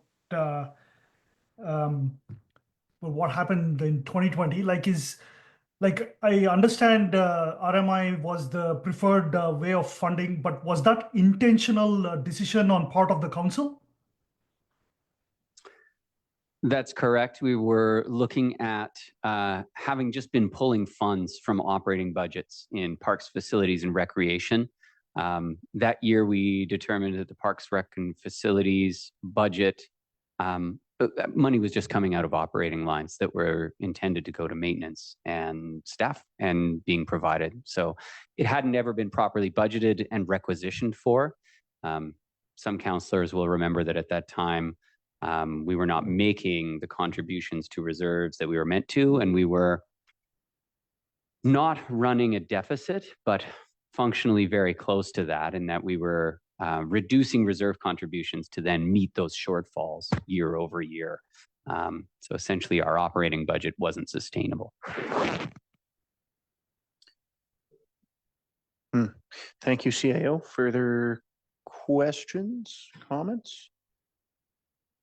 Councillor Audia Kelly. Thanks, Your Deputy Worship. I just want to get some clarity. Are we asking for 15,000 and the RMI funding that was in place?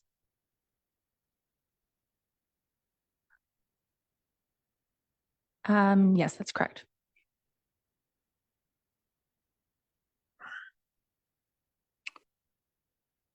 Councillor Hamilton and then Councillor McIsaac. Through to the presentation, what, or I started asking my question before fully formulating in my mind. How many, give me a second, go to Councillor McIsaac.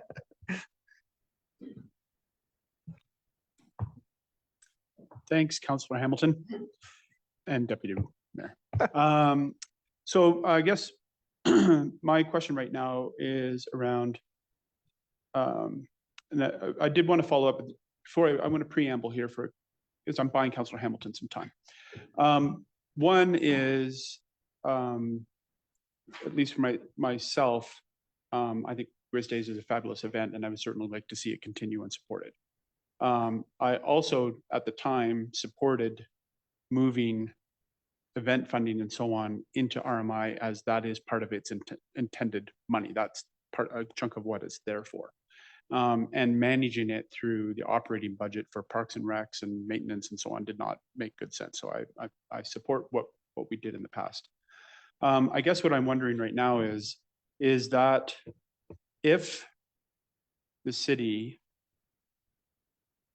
maintains its interest in the investment in festivals and events and animation in the community as part of the underlying themes of the Resort Municipality Initiative, is it time to increase that size of the budget there as opposed to increasing the tax burden? So I'm wondering if it's possible to have a discussion about what that would look like. Discussing changing, I don't know if that means changing the percentages within the RMI in order to increase the overall budget for animation, or whether it means that are there other events that don't need as much assistance anymore and the RMI funding could be moved over to that. I'm not sure who's the best person and staff able to shed some light on what that would look like. CAO. I'm probably the closest person to the RMI program present tonight. I think a recommendation from staff, if you're considering providing additional support, would be to confirm the total amount of financial support that you would like to see provided. And then staff would bring back budget amendment recommendations on how you fund that. That would be my preferred or recommended path forward to provide a timely confirmation of funding to the chamber.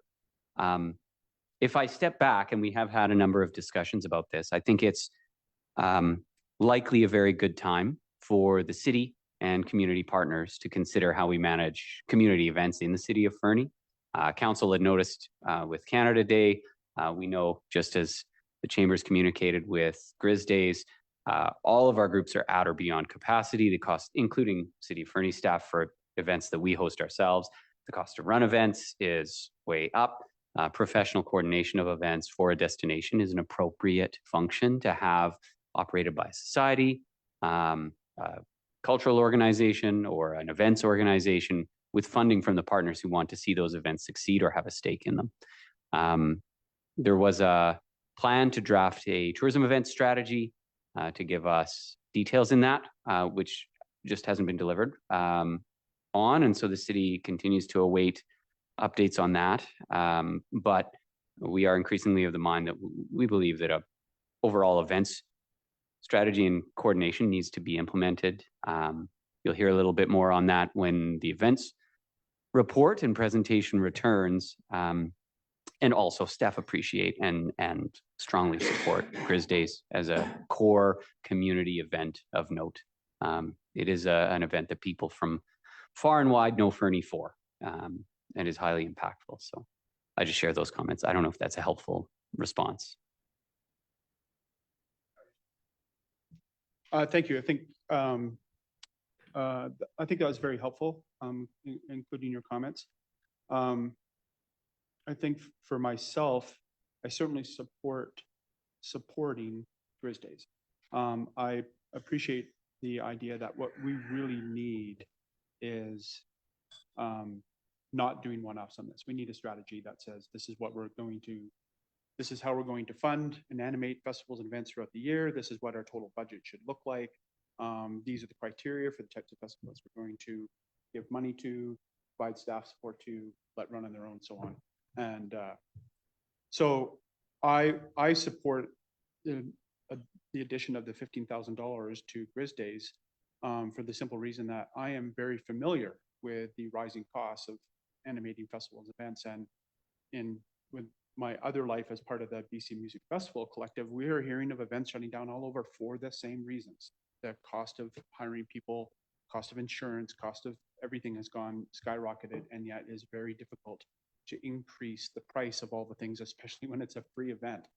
It's really difficult. You can increase the fees by 10 times. Still nothing. So I appreciated your comments there, Mr. Baranowski. I think I would support the increase in the money. I would look to staff to come back with some suggestions regarding a strategy and whether or not that money can come from RMI, budget, et cetera, et cetera. I would look forward to that. I have several thoughts on this myself, but everybody's been waiting patiently to speak. I think Councillor Audia Kelly's been waiting the longest. Thanks, Your Deputy Worship. This question, I think, is a little bit for you, Director Burdett. Our discretionary grant funds, I don't believe we handed them all out this year. And do we anticipate that budget to be similar next year? And are those funds that can be reallocated to things like events?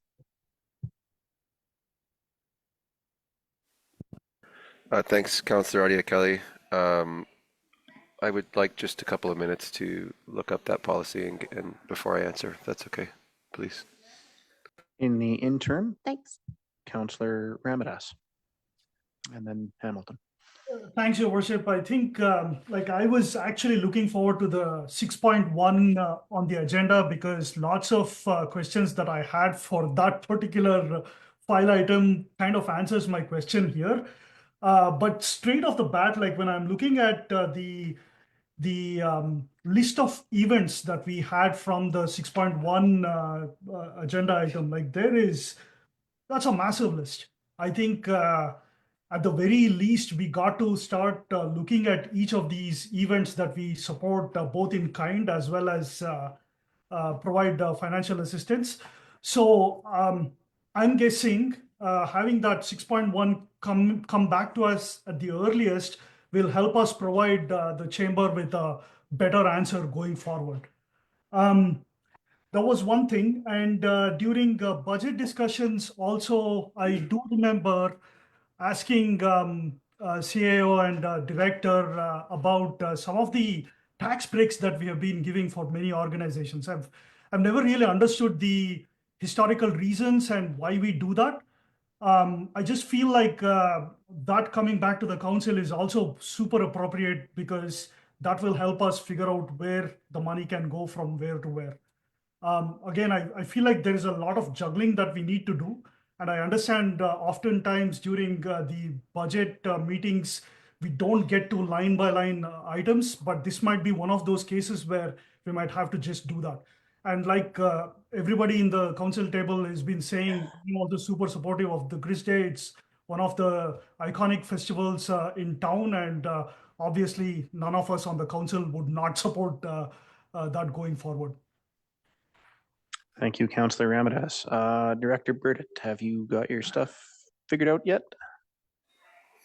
Yes, thanks. The discretionary grants policy would allow for the chamber to submit an application for this event, provided that they hadn't already submitted an application in 2 of the prior 5 years. That's really the only rule that would prohibit.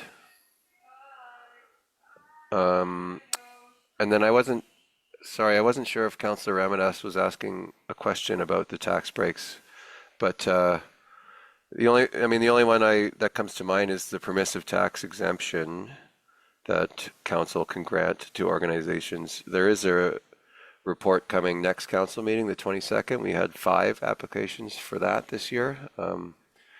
But in terms of the chamber specifically applying for that, their building that they're already in is exempt from tax as it is. So it's not really something else that's available to them. Follow up, Councillor Ramadas? Thanks, Your Worship. I just meant, Director Burdett, we have those list of items, like the Fernie Golf Course and bunch of other organizations that get property exemption. I can't remember the exact terminology that we use, but I've never really understood the historical precedent behind providing tax break to many of these institutions. And again, I'm not pointing one's particular institution here, but I think we need to get a holistic view of, who are we giving breaks to, and can we make a trade-off between that versus supporting our partner organizations. Like, that's the conversation that I want to get to at some point very soon here. Sure, yeah. And maybe to add some context, the permissive tax exemption is a tool available to council. It's specifically defined in a section of the community charter. Council can provide exemptions to various groups that provide community services, community programming, things like that. And then when a permissive tax exemption is granted, it's good for maximum 10 years.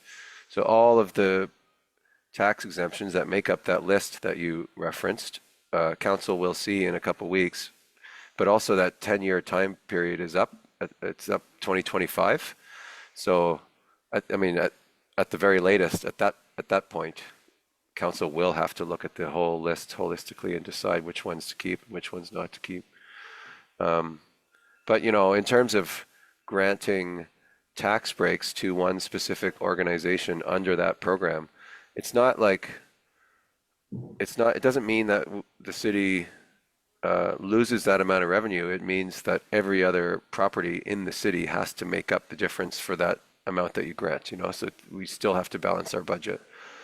And so that's council's decision to decide if granting that particular property and exemption is worth significant benefit that the rest of the taxpayers have to balance the budget for. Does that help add some clarity? If I may, Your Worship, I think that answered the question that I had. I had one more question to ask. Can staff remind me, like, the municipal important days that we have on our list? Is that the same list as the one that we have here from 6.1 item?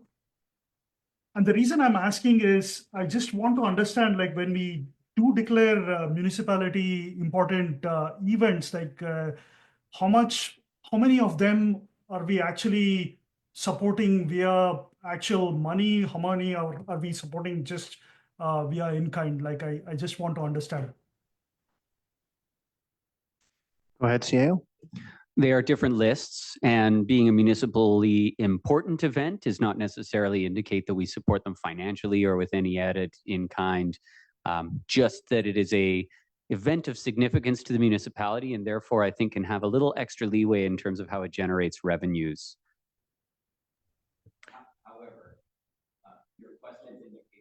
However, your questions indicate that there's some good clarity we can bring forward when we talk about events more holistically.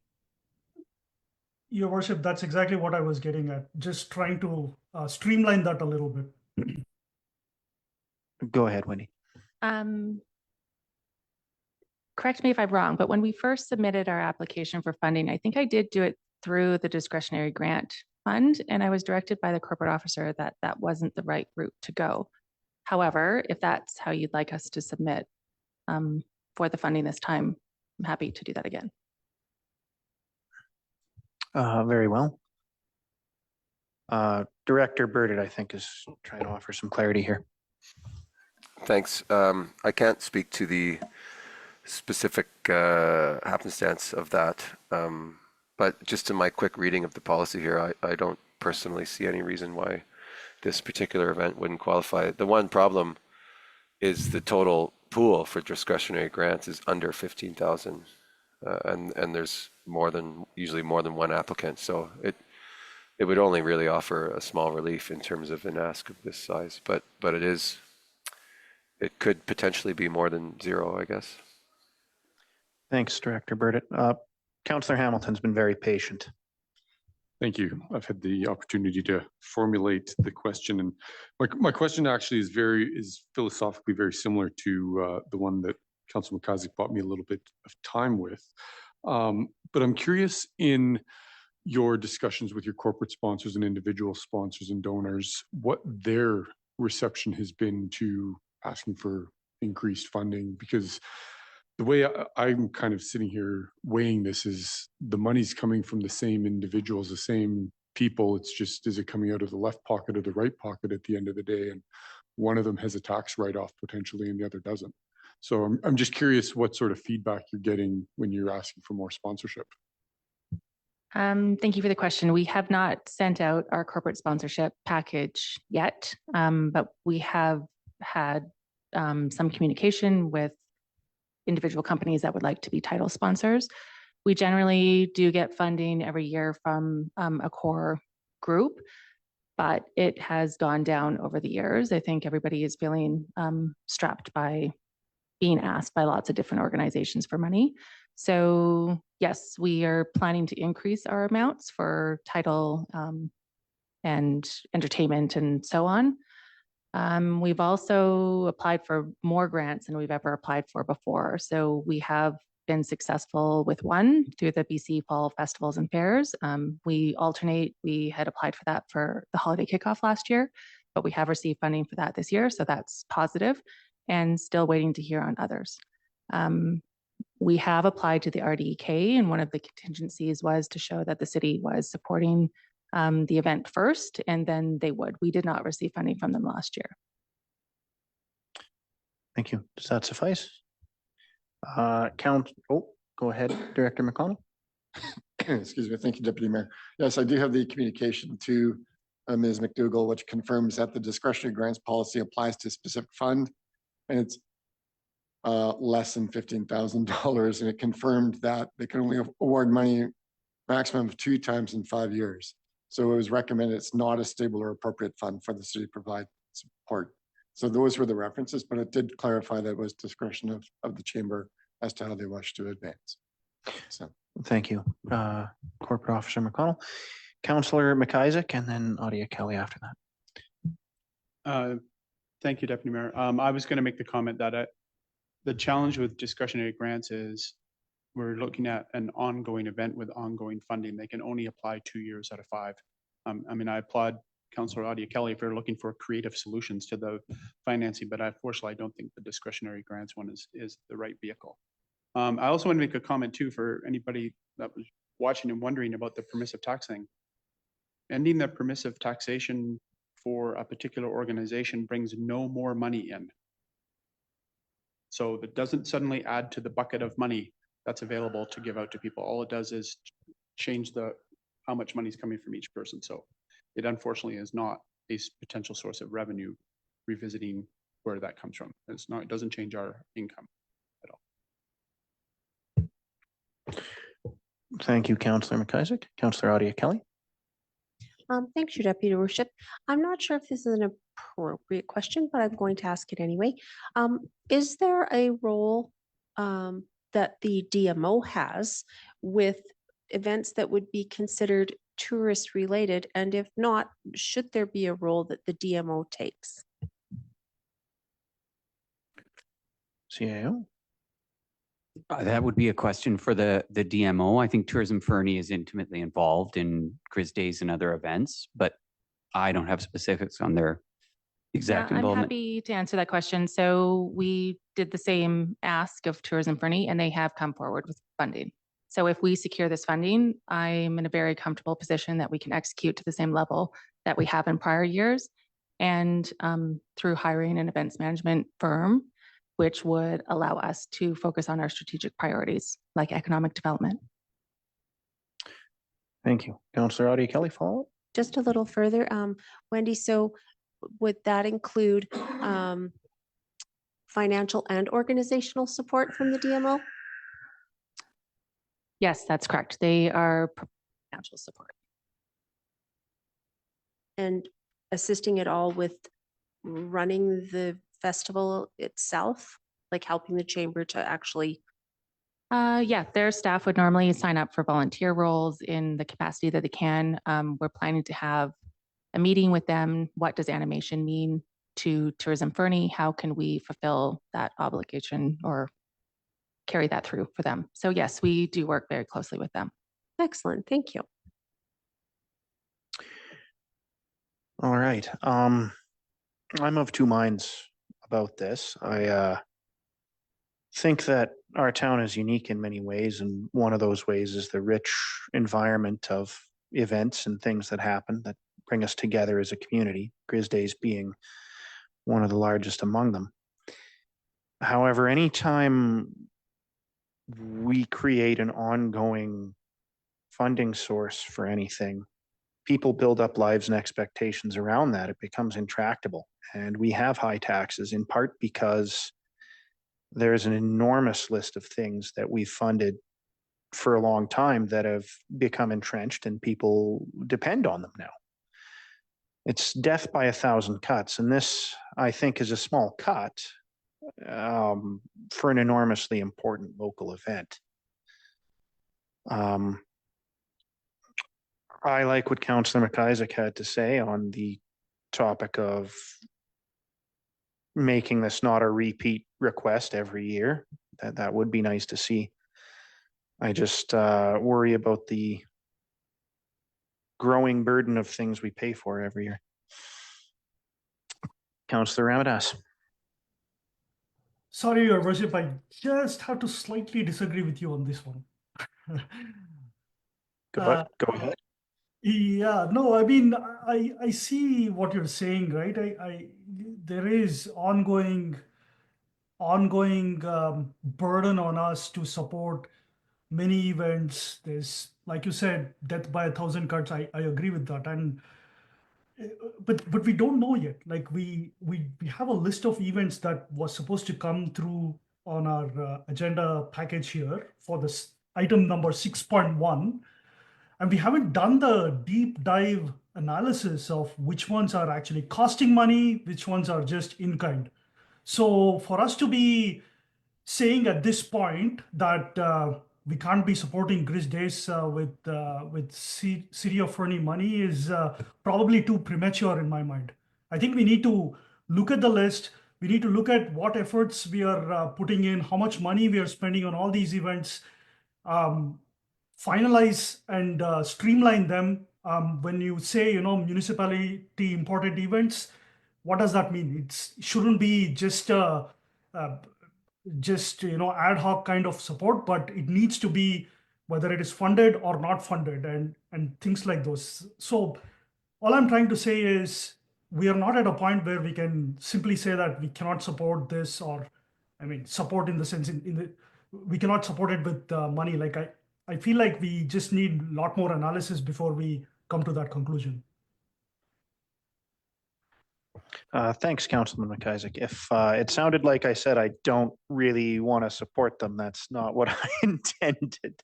I just have misgivings about taxes is all. Councilman McIsaac. Thank you. Well, I just wanted to make sure that it was understood that I wasn't, for the record, I was not suggesting that we should not consider repeat funding. I just mentioned that the discretionary grant wasn't going to be capable of doing that. On the contrary, I actually think that we should commit to some period of time of funding, 2 or 3. I think 3 years would be appropriate. I think 3 years would give the chamber sufficient time to have their event organizer person firmly entrenched, who's going to have a dedicated person. They'll have more time to look at sponsorship opportunities and granting opportunities and restructuring near the event to find savings, et cetera, et cetera.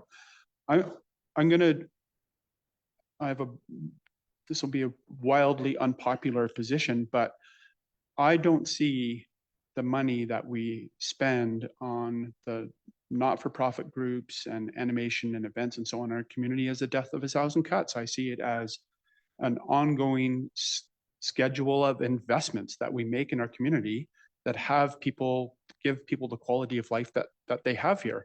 We heard about somebody came to the podium earlier tonight and said, I moved here, I saw what kind of community this was with the not-for-profit groups and the organizations and the type of work that was being done by a wide variety of people to support a fantastic lifestyle here. That's the purpose. That's what we're here for.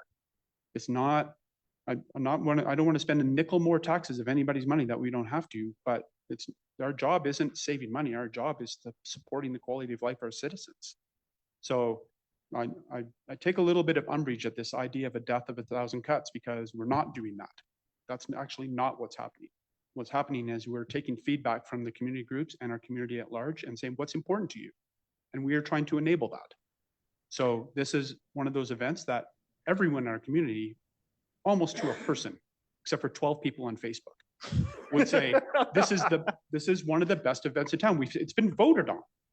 And I think it behooves us to support events like this and support the people that are doing it. I agree with Councillor Ramadas. We need a dive on what we're supporting. I think we need a review of that list. We need to pick and choose from there to be responsible for the amount of overall money that we are spending. But I think this one, the Grizz Days, is a no-brainer. Thank you, Councillor McIsaac. Councillor Hamilton. Thank you. I certainly echo a lot of what Councillor McIsaac has said. You know, I would support a multi-year funding commitment to get us to the 50th anniversary. And in the intervening years, I would hope that if there's a engaged professional event manager, that part of their remit is to be sourcing additional funding and to be exploring alternate funding models.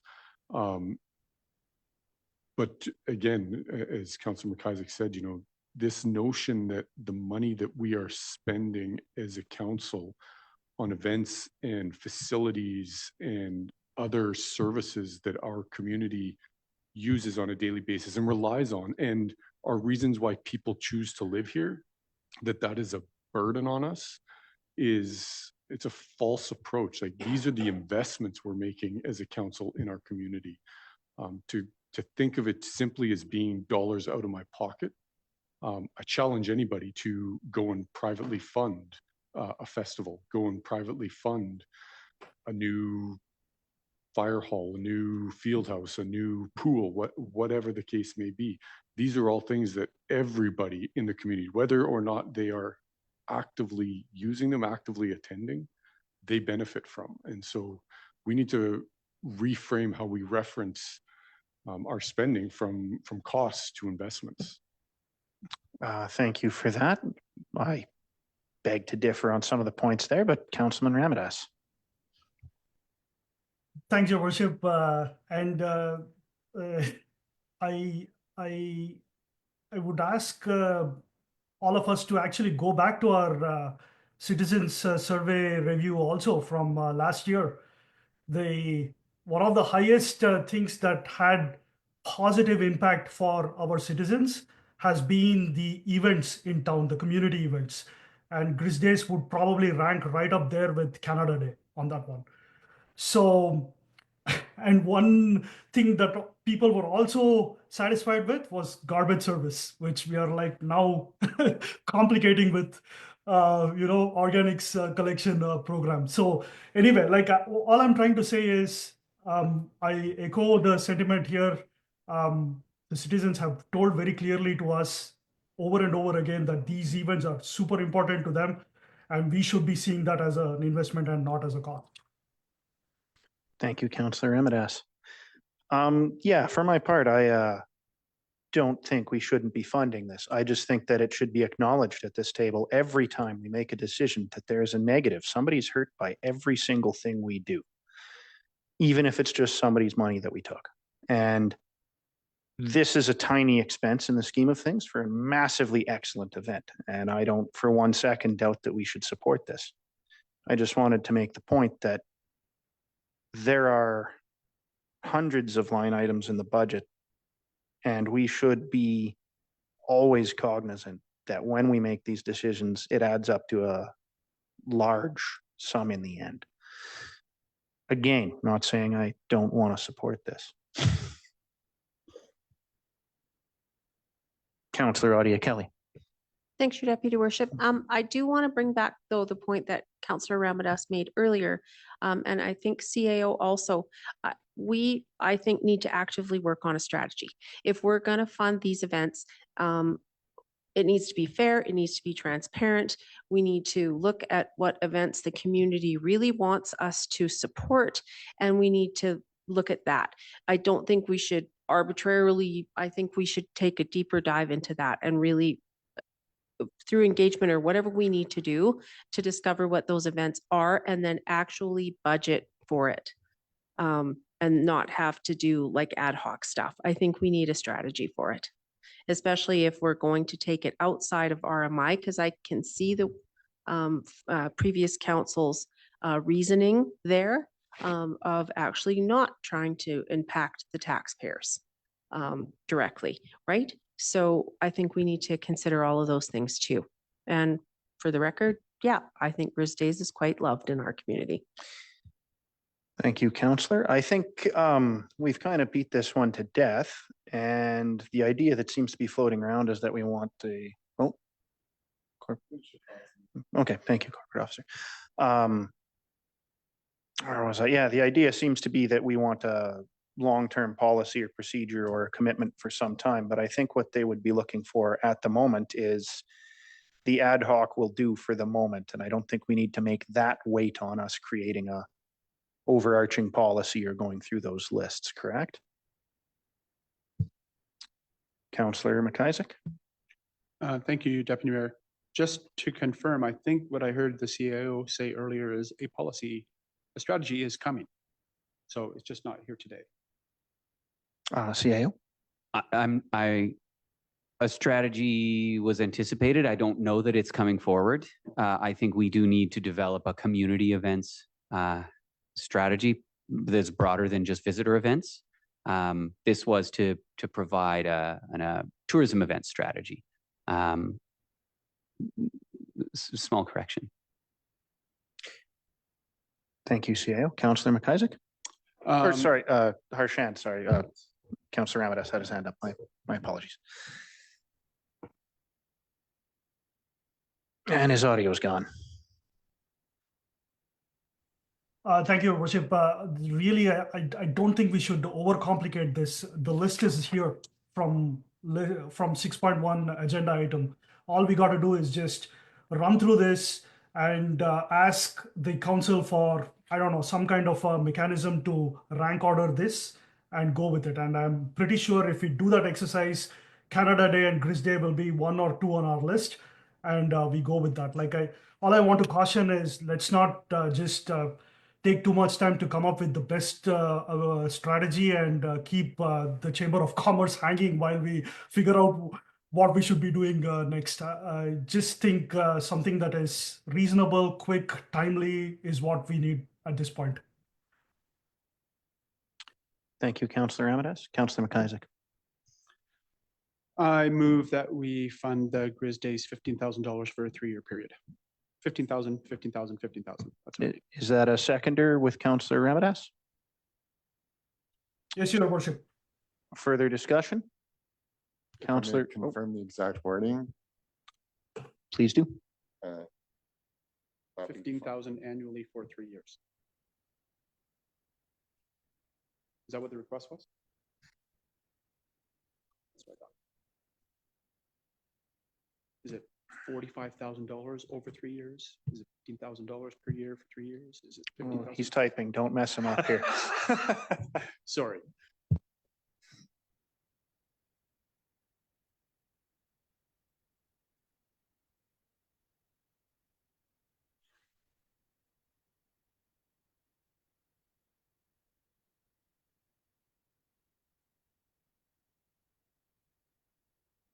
And just as a follow-up, while the corporate officer is typing away over there, I would like us to commit to the funding so that they can make informed choices, so that they can go to other funders and say that we are supporting them, et cetera. But if it turns out through tourism event strategy, rediscussion of RMI and so on, that the funds can be increased to come from there as opposed to direct funding, I think that's okay too. I don't think that, and perhaps the chamber will disagree with me, but I doubt very much if they care which bucket of money the $15,000 comes out of, as long as it's available. So I say this because I don't want to lose what Councilor Ramada said either, which is we are going to come to a point where we're going to have a better view of all the events and so on that we are supporting and how we are supporting them. And that's going to give us a better idea of how the RMI funding for those is working, how much money we are putting into them, how much money we can save if some of the changes are made, et cetera, et cetera. So I just want to be clear that I'm not suggesting necessarily that we need to commit to $15,000 in new taxation ongoing. $15,000 could be found through savings of other events, changes to the RMI structure, et cetera, as long as we're committing the money. Thank you, Councillor McIsaac. I can read the resolution as I've put in the chat. Please do. Move that the city of Fernie fund the Grizz Days event in an amount of $15,000 per annum for a period of 3 years. And I should add, commencing in 2025. And seconded by Councillor Hamilton. Discussion, Councillor Odia Kelly. Thanks, Your Deputy Worship. I'm actually wondering about cost escalation. So if we say 15,000 for 3 years and next year really they need 20, we haven't, I guess this may be for Wendy. Does that seem like a reasonable, manageable amount for the next 3 years, regardless of cost escalation? As I think someone mentioned that 30% festivals that increased by, like, that's. I would be, yeah, just to a point of clarification. So we received 25,000 through RMI, and then we're asking for 15 through the city, or an additional 15 today. So the 15 would be in addition to the 25 that we are anticipating receiving for RMI. I am comfortable with that amount. I think this is the first year we're using an events planner. They're going to gain momentum. We're going to be applying for grants in January for the following year. And yeah, I would be comfortable with that amount. Okay, thanks. Wendy. Regardless of price escalations. Thanks. All right, unless there's further serious discussion, I think that's it. Oh, go ahead, CAO. If I may, I want to say thank you for that clarification. The resolution as it reads is that we fund the Grizz Days event in the amount of 15,000 per annum. We already fund it to the tune of 25,000 per annum. My recommendation would be an amendment, and the Director of Corporate Admin can help you with this, but that it be amended in some way to read that the city increase funding to the tune of 15,000 per annum over the next 3 years, commencing in 2025.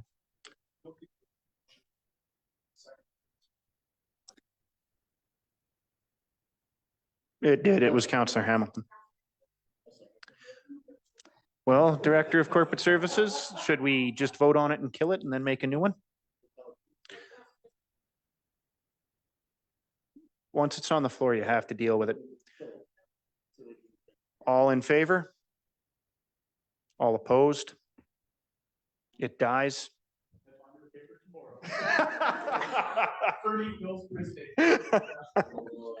Technically true for 30 seconds.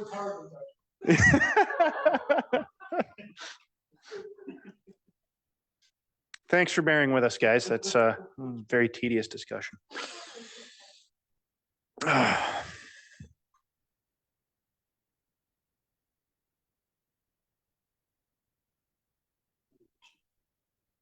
Yes.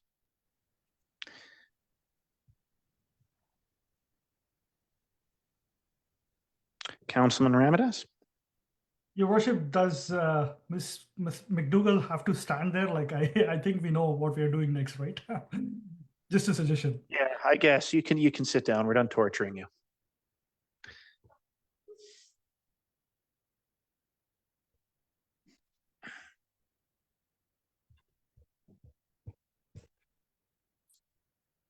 Councilman McIsaac. Thank you, Deputy Mayor. I'm just thinking about the wording of this, about additional 15,000.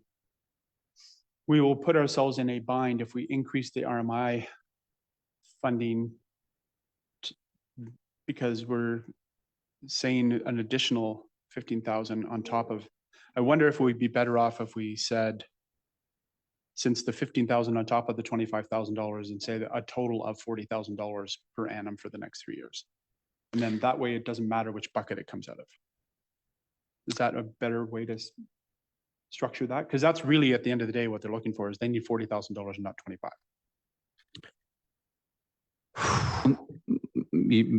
If I may, counsel, these are all revenues provided to the city from taxpayer money. One is funded from PST, the other is property taxation. You generally don't resolve specific funding sources for increases unless there's a recommendation from the Director of Finance on which reserve you're funding something from. I would recommend you authorize the budget, and then through the budgeting process, we shake out what works best and inform you of impacts of where that can be best managed. And such a $40,000 annual total is perfectly appropriate. Yeah, I think that's clear too, isn't it? So that previous motion written with 40,000 would suffice then? I think so. Then we don't need the word additional. I think using additional makes it unclear because potentially looks like it's accumulating, as opposed to saying $40,000 per year for the next 3 years. Yes. All right, I think that will suffice. Will you read that out, Director McConnell? Excuse me. Move that the city of Fernie fund the Grizz Day event in the amount of $40,000 per annum for a period of 3 years. Councillor McIsaac, are you willing to move that? Does it have a seconder? Nadia Kelly, all in favor? Thank you. That was unanimous and ponderous. Moving forward, we were on to item 11, report from the Director of Corporate Administrative Services.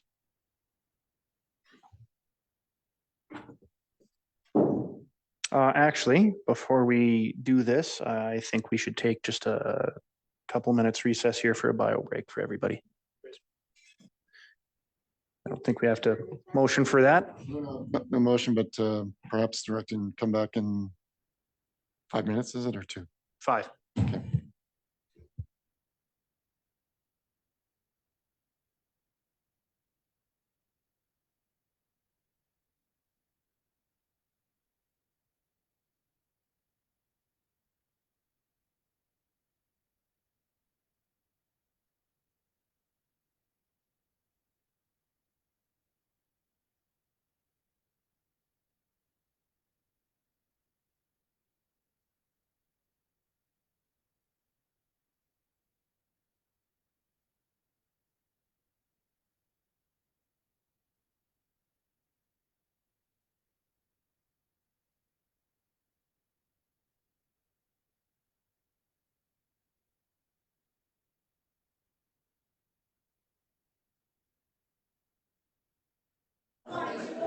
Test.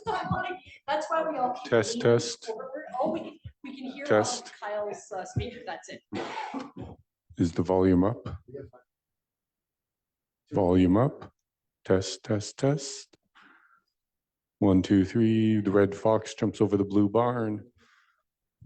Choo, choo. Nothing, nothing. It's just coming out of your own speaker.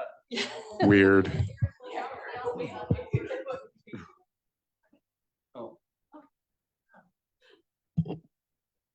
Now does it work?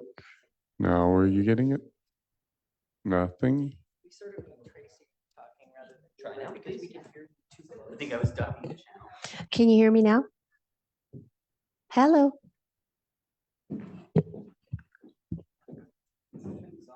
And for my next trick.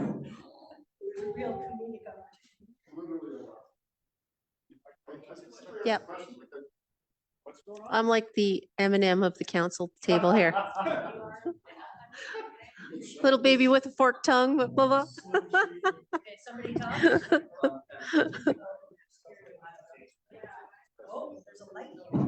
Houdini's my favorite song though, I think. Really, I love that song. Houdini. Eminem. It's one of my new faves. I just love that song and it is magical. Well, I'm trying. They're supposed to be listening to me over there. The poor Facebook people. We're listening to everything, like, it's mostly just affecting people on the TV screen, but we're just hearing people off of Kyle's speaker. That's it. There's Oh. no noise. Is that better now, Aisha? We can hear you. What? Words. Anyone speaks up there, we all. 80% of tech problems. Because we're just Plugged in, listening. so turned off. That's it. Testing 1, 2, testing 1. That works. Hello, IT. All right. I think we're there. Yes. Yes. The meat is coming up here soon. I didn't think that would be remotely so contentious. Well, again, it's one of those things of,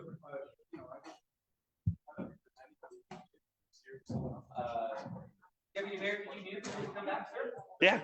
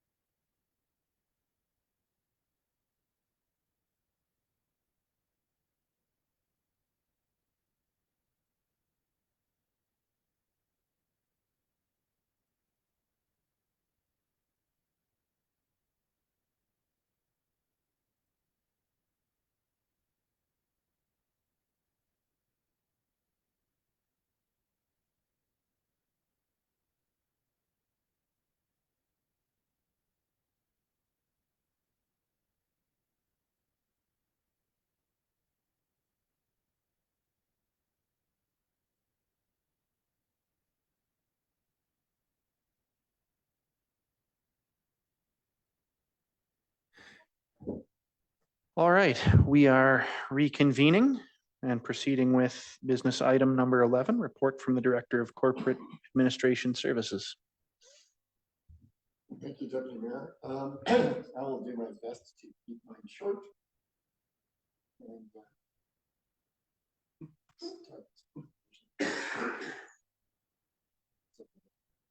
This is relatively quick. It's a renewal of the lease with Child Care Society at the Max Turk facility. Free Child Care Society has been in that location since 2011. Oh, jeez. You could have just said it out loud. I thought I pressed it. I apologize. I'll start over. Fernie Child Care Society lease renewal. They have been in the Max Turk facility since 2011. The lease expired a while ago and has been on a month-to-month agreement. Council in their strategic plan has identified housing and childcare as one of their livable community goals. And the lease arrangement currently supports, excuse me for a sec, access to affordable childcare needs within the community. It also respects the capacity of the childcare provider and their ability to both provide the service and pay closer to a market rate. So the staff presented to council last year and have been following these guidelines in negotiations on leases as they are renewed. Suggested terms of a minimum of 3 years and no longer than 5 years. This lease is a 5-year lease. Lease rates for childcare tenants shall increase at manageable rates, targeting increasing to the rate annually over the coming 5 years. And lease rates for childcare and educational tenants with provincial funding streams shall, to the best of their ability, pursue full cost recovery for the city. That was the lease as presented to Fernie Childcare Society. They are well aware of this lease and they're prepared to accept it. We're reflecting those guidelines in this lease and as well as the capacity of Fernie Childcare Society. I should note, and it's in the report, that they also will require approval of this lease from the provincial regulator that they respond to. So the lease itself reflects that and identifies that that has to be obtained by November 30th. So the recommendation is that council approve the lease with the Fernie Childcare Society is attached to this report and authorize the mayor and corporate officer to execute the lease after the required notice of disposition. And that's it. Thank you, corporate officer. Questions? Councilman McIsaac and then Hamilton. I would like to move the recommendation. Okay, seconded by Councillor Hamilton. There still could be discussion. Discussion. Yeah, as I understand it, there's no change whatsoever. It's business as was. For the most part, except for the increase in the annual rents. Which they're well aware of? Yes. Yes. Okay. All right, then. I'll call the question. All those in favor? Moved. Unanimous. Moving on to item 11.2, Fire Safety Act. We have a report from the Director of Fire and Emergency Services.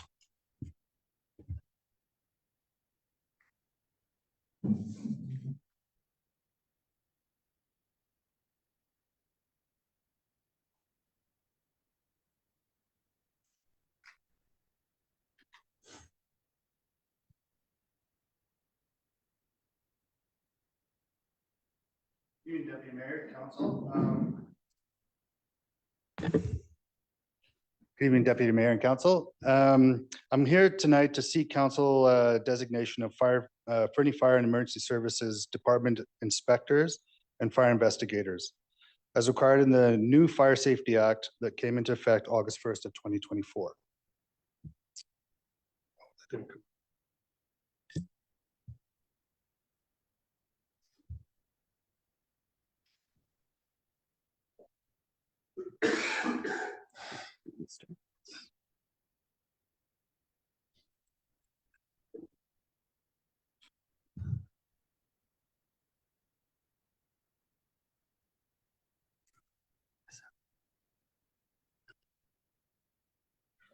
Thank you. You need to see your slides. Apologies for that. Just a little background then. On August 1st of 24, the Fire Safety Act was brought into force, replacing the Fire Services Act, which was established in 1979. The Fire Services Act and the associated regulation are essential for protecting people and communities throughout the regular fire safety inspections and effective enforcement to help prevent fire-related tragedies, preserve human life, and reduce property and economic loss due to fires. This legislation is being implemented after close collaboration with UBCM, the BC Fire Chiefs Association, regional districts, and also some fire service partners. Just more to the background, the Fire Services Act was actually finished in 2016, but there was a lot of pushback mostly from regional districts because they didn't have a lot of capacity, resources to do the inspections for the administration side and so on. So it's actually taken now till 24, and they've just brought it in after a lot of deliberation with the fire chiefs and UBCM and so on. So you probably might have heard about it while you were at the UBCM, but now, all these groups feel that the Fire Service Act now meets the BC government commitment to achieve a single standard for fire safety. And so what that means is right now, the regional districts, for example, they wouldn't have to go do inspect commercial property. So If, for example, you went to the Jaffrey School, there's a chance that that hasn't been inspected because they're not legislated to do so. So at the end of the day, what this is doing is streamlining it so that everyone has the same. So that if your child is in Windermere at the school, it's no different than being in Cranbrook at a school, and you can feel fine and safe that your child is following the community is following good fire safety regulations. Or if you're in Wausau at the pub, it's no different than being in the pub in Surrey. Well, fire safety wise, anyway. So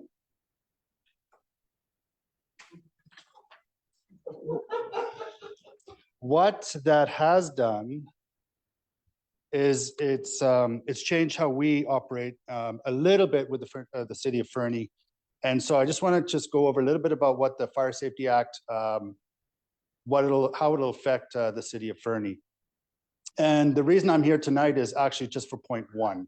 So basically, the Fire Safety Act is covering all those 4 points. But the main point is right now, it requires the local authority, which is the council in this case.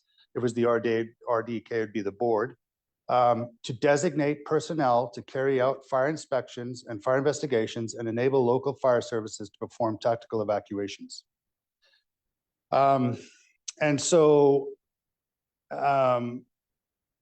what happened was that basically they got the Fire Services Act done, and now they want to make sure that it passes and goes through so that we are designated as fire inspectors, because the local assistance to the fire commissioner program is done, and that's done October 28th.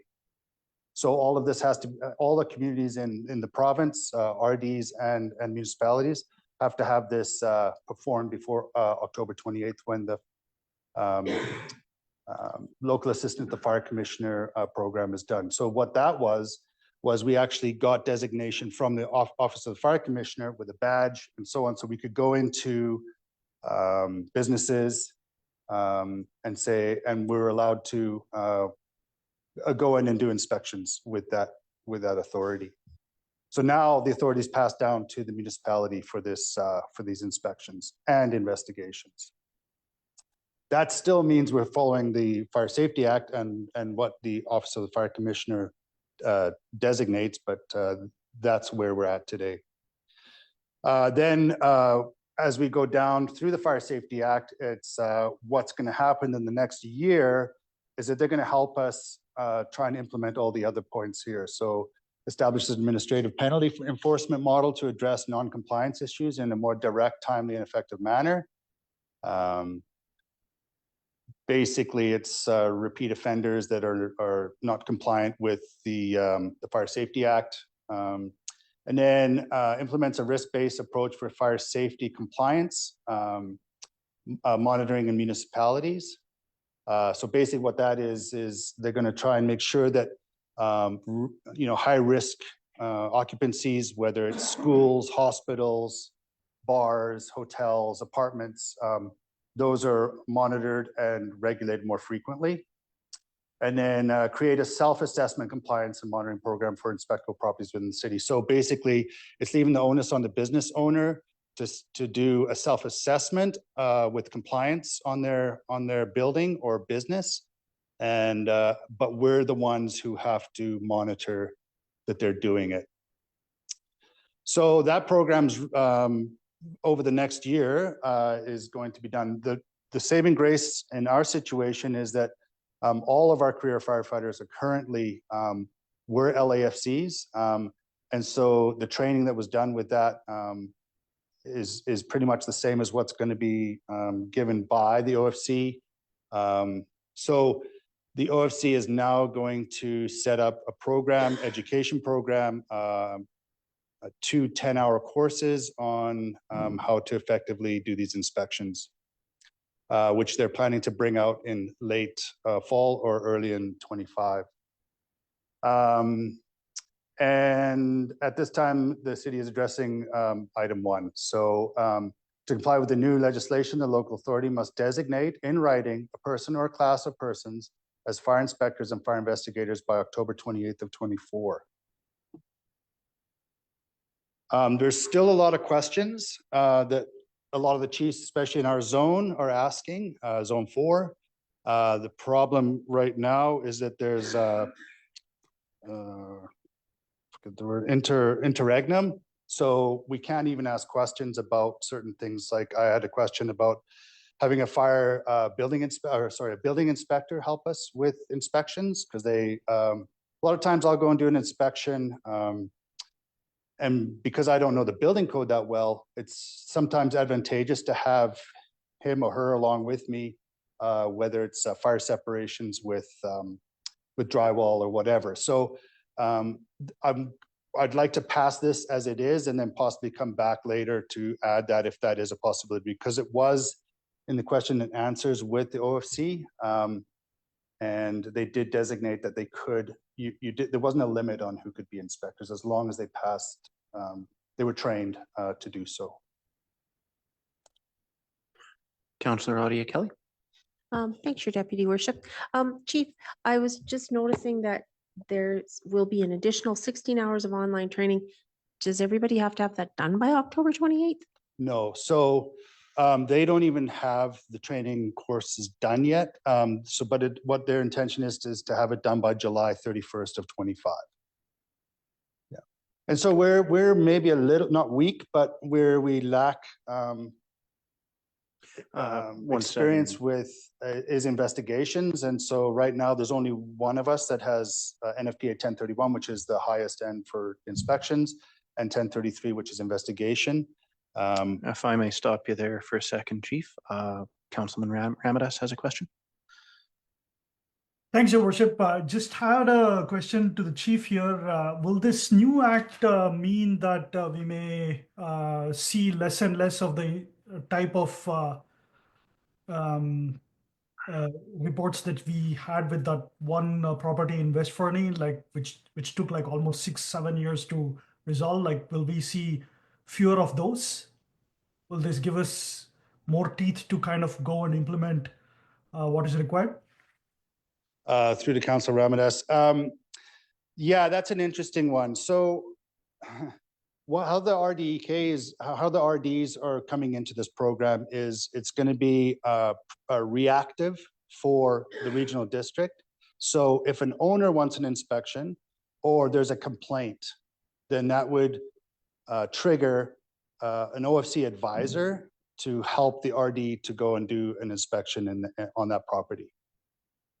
So to answer the question, it probably would have helped if it was a commercial building versus a personal storage area. I don't know if that answers your question. Councillor McIsaac. Thank you, Deputy Mayor. My read through this, Chief, suggests that this is kind of a lot of stuff that our fire department and firefighters are doing already anyway. Correct. And this is just a designation and perhaps a bit of downloading of bureaucracy to the municipality, which none of us should be surprised at this point. But it doesn't feel, what I'm reading there, that this is actually, other with the exception of the training as pointed out by Councillor Audia, not a significant change to the day-to-day work of our fire department. That's correct. So, not to boost all the egos there, but all of our firefighters, our career firefighters, are at least Officer 1, and so they have company inspections. They have they way exceed what the OFC is going to give us as far as training goes. So basically, I can do. They were calling it a PLAR, where basically I can just assess them as a 1031 NFPA 1031 person and test them on all the different. It's basically a challenge. And get it that way.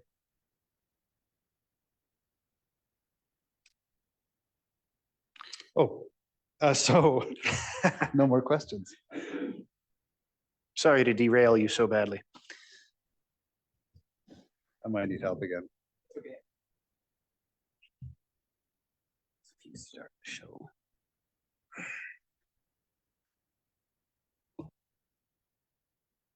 Yeah, that's the one.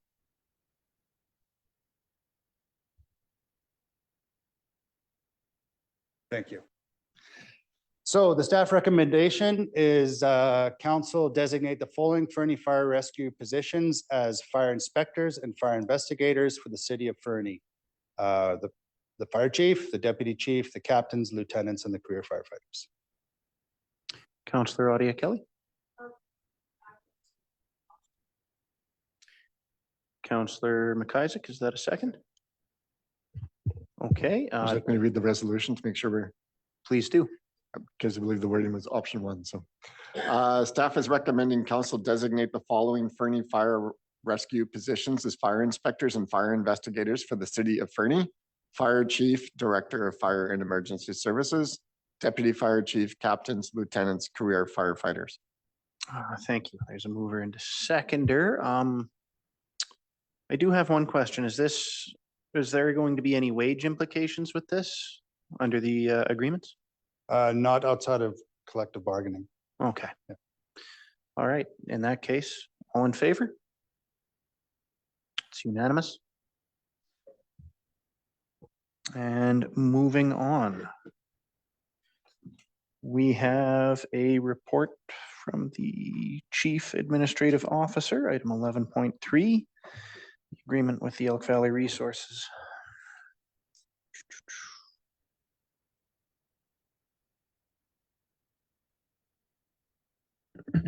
Your worship, one moment. In my haste to close one report, I closed the wrong presentation. No worries.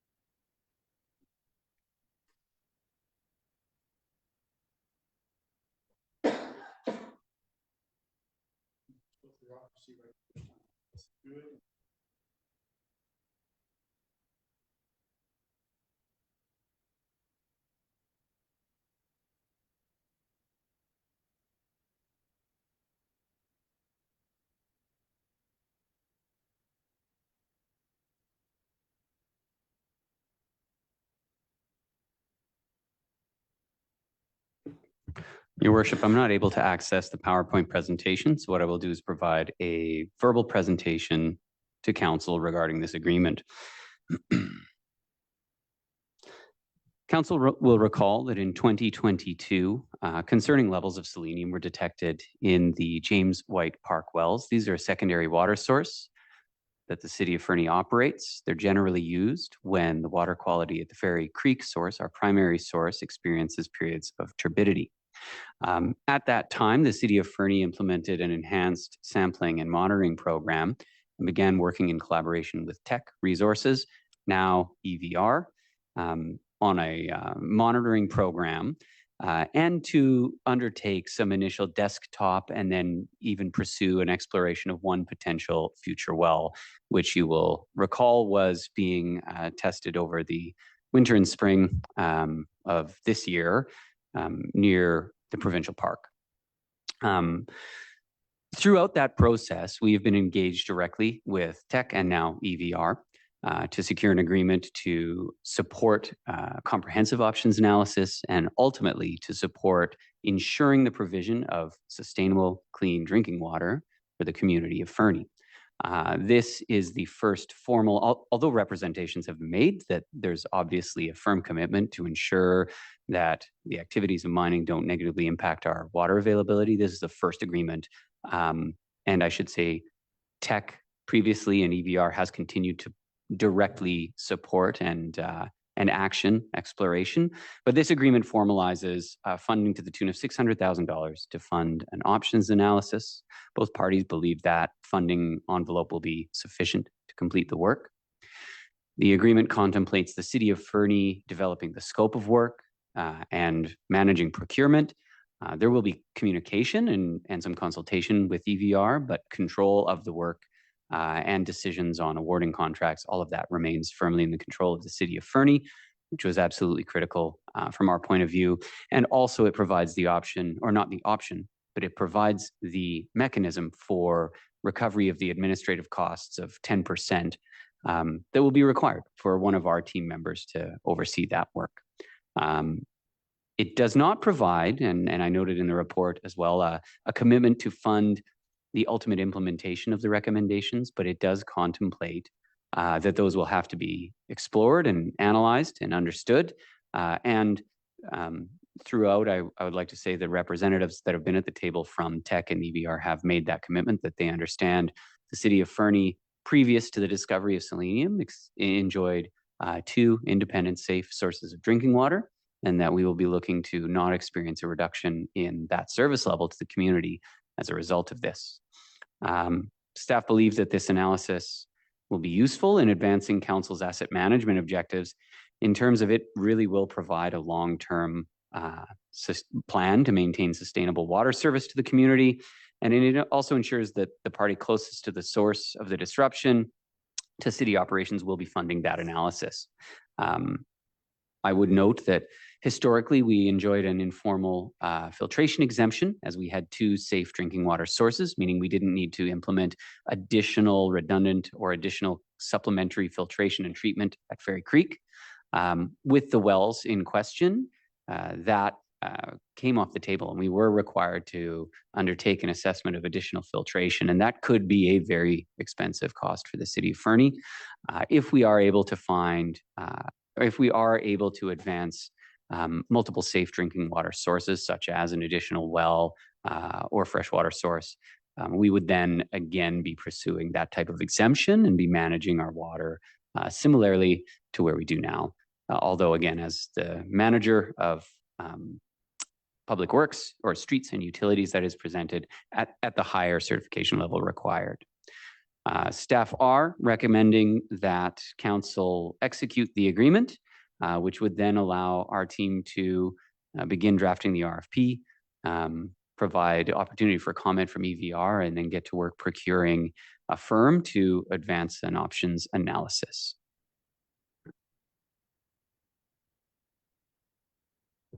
Councilman Ramadas.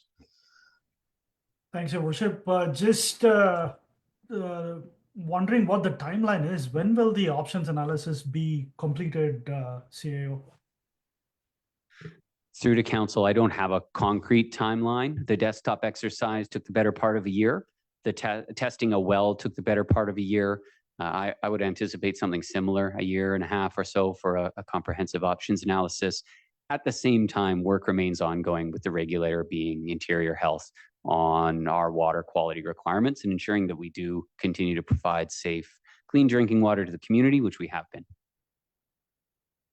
But I don't have a firm timeline on how long that options analysis would take. Further questions? All right then. Would you read the recommendation? That council authorize the execution of the options analysis agreement with Elk Valley Resources as attached to this report. Councillor Hamilton, you're moving that. Do we have a seconder? Audia Kelly, all in favor? So moved, that's unanimous.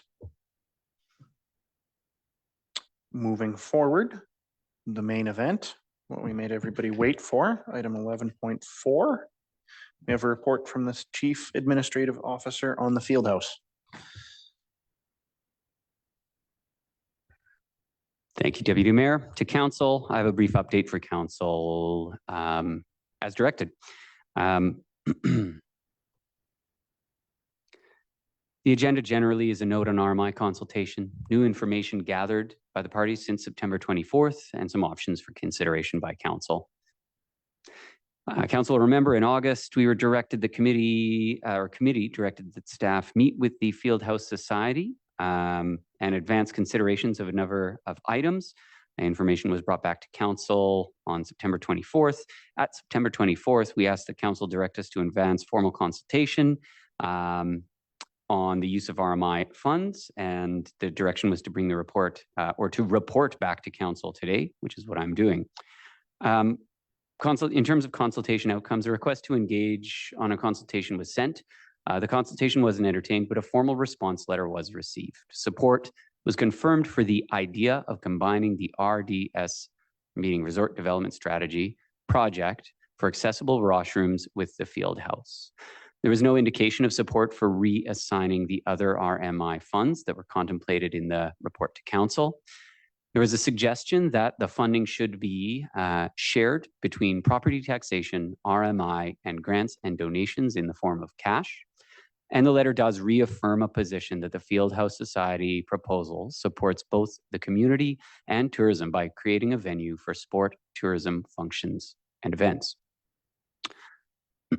In terms of lease and operating considerations, staff are fully of the understanding that securing the land or securing a commitment to secure a lease is of the utmost importance to the Fieldhouse Society. Further concept development and a design or a size is really going to be required to develop a lease that is useful. We are prepared to start sharing draft material back and forth with the Fieldhouse Society should council resolve to direct this work to continue. But bringing a lease back for execution is just not appropriate at this time, as we don't have the detail that we would want to put into that lease without knowing the true nature of the final design, or at least a refined final conceptual design. As you will recall, when you saw the fire hall, affordable housing, and commercial concept, there was definitely a scope to enable the development of the lease, which you should be seeing. There are also some unknown costs and operating realities that will rely on a final conceptual design that I think really help inform that lease, and also partnering or joint use considerations. To what degree does council want to provide operating support if it's needed in exchange for what level of influence over, say, rates to the community or rates for city-led programming, which are considerations that I think just need a better understanding of the scope of the facility. With all that being said, one hurdle that was discussed at length at the last meeting was a certificate of compliance and remediation. Through research, staff did finally find a conditional certificate of compliance. It does certify that the lands have been satisfactorily remediated to meet Ministry of Environment, Lands, Parks, and Parks residential land use generic and risk-based standards. That's a long way of saying we consider them remediated. The condition would be that should excavation occur, it would be highly advisable, and I would recommend required to have a qualified professional on hand to determine whether as soils come up that are identified as potentially contaminated, whether they are and how to handle that disposal properly. However, that does indicate that the site disclosure statement and certificate of compliance process is now complete, which is of great benefit should council wish to advance this quickly. The following options are presented for council consideration. Should council want to advance the consideration in earnest, and these have been discussed with the Fieldhouse Societies, we do continue to meet weekly, that council may provide confirmation of financial support by way of direct funding contributions to the Elk Valley Fieldhouse Society for the Fieldhouse project, subject to provincial approval to amend the resort development strategy, and provide confirmation the council will advance lease and other agreements when full funding is secured. Council may also request additional information from the society or from staff at this time, or determine they are not interested in advancing the proposal at this time. Staff are comfortable advancing the consideration of the reassignment of RMI funds to the province for approval, if that is the route council wishes to take. Or you may direct us otherwise. Thank you, CAO. Councillor Audia Kelly. Thanks, Your Deputy Worship. CAO, can we just, for the edification of anyone who is listening, just confirm what the RMI funds are, what the source of them is, and also as a secondary part of the question, is there historical precedent where funds are reallocated as plans change, things happen? RMI funds could be reallocated in a different manner that still benefits tourism. Yeah. Through the council, the RMI program was established in 2006. There was a smaller number of municipalities at that time. Fernie joined in 2009. There are now 14 resort municipality initiatives. It is recognized that this, and it was created, and the requirements for that original participation were a specifically very high ratio of visitor lodgings, hotel beds, to residential rooms. It recognizes that the group serves a demand that's beyond what they could do without additional funding, given the limits of what property taxation can bear. At the time, or over its existence, it has been funded in a variety of ways, from Ministry of Tourism or Treasury surplus, HST, and now PST. When we talk about like a performance lift that's tied to MRDT or hotel tax is a really good indicator of the performance of a destination, because it represents how many heads in beds and night stays you have. And so that's used as the measure. And then using PST, it is then adjusted. The payment to the municipality is then adjusted. You know, internationally, and as you look around at other resorts as close as Whitefish, as far as anywhere around the world, resort municipalities are unable to develop into world-class destinations without additional tools that shift that carrying cost of the visitor economy away from residential and business taxation alone. And so it is a really valuable program for the city of Fernie. I would say it's also, and we shared this at UBCM a number of times, a really wise investment for the province to make with those dollars. PST collected in the resort municipalities pays that back annually in 14 days. The first 14 days of the year sees PST collected in resort municipalities that fully pays back that annual RMI contribution to those municipalities. So it is an excellent return on investment for the provincial government to provide those funds. The city of Fernie and other municipalities have worked with the province at times to adjust resort development strategies. This is a pretty standard process. You communicate with the ministry staff who oversee the program and determine whether a agreement amendment is required or whether a reallocation between projects is supported. An example would be funding allocated to completely covered area once we had a number of sponsorship or sponsors funding the covered area of the skate park, reallocating an amount from our visitor staging and gathering hub in the previous RDS to complete that project and bring it across the line. I believe in Golden, an example of that is pooling a number of funds and even bridging over multiple resort development strategies to do their dike and promenade along the river. I might need to correct myself on whether they did bridge over multiple years, but those are examples. And although it doesn't make me extremely happy, my experience with the RMI program is limited to my 4.5 years in Fernie, and those have been widely recognized as probably the 4.5 most challenging years for public capital project delivery, including all the disruption that we faced. So we have done, and across the province, there have been a number of those where we're amending projects, we're consolidating projects to get something that meets the program objectives across the line. Thank you. Further questions from council? Councillor Hamilton? I don't have a question per se, more of just my perspective on this. And that is that I think we need to write a letter of support for the full ask. And we can figure out afterwards whether or not it's RMI funds, whether or not it's taxation. At this stage, what we as a council really need to do is commit to being at the table to help the society go find further funding. Without them being able to find further funding, this isn't going anywhere anyways. So at this stage, that's what I would really like to see myself. Thank you, Councillor Hamilton. I'm in agreement with that. I think we have an excellent opportunity here where a small input from the city will equal a large impact to the community. I worry that if we get hung up on things and drag this out, their funding may evaporate and we may not see another opportunity such as this. And with that in mind and in that vein, what exactly are we looking for in order to come up with a lease? What's the hangups with that?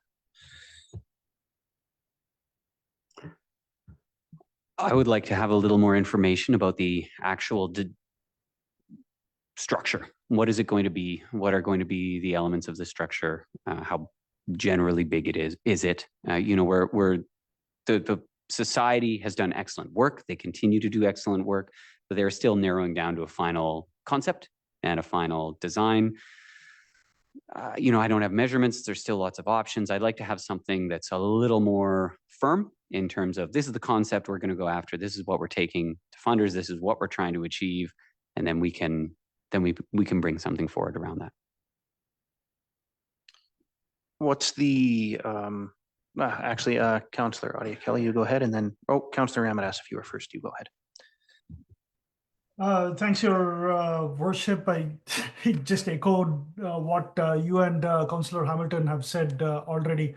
Only thing that I am kind of confused is on the second portion.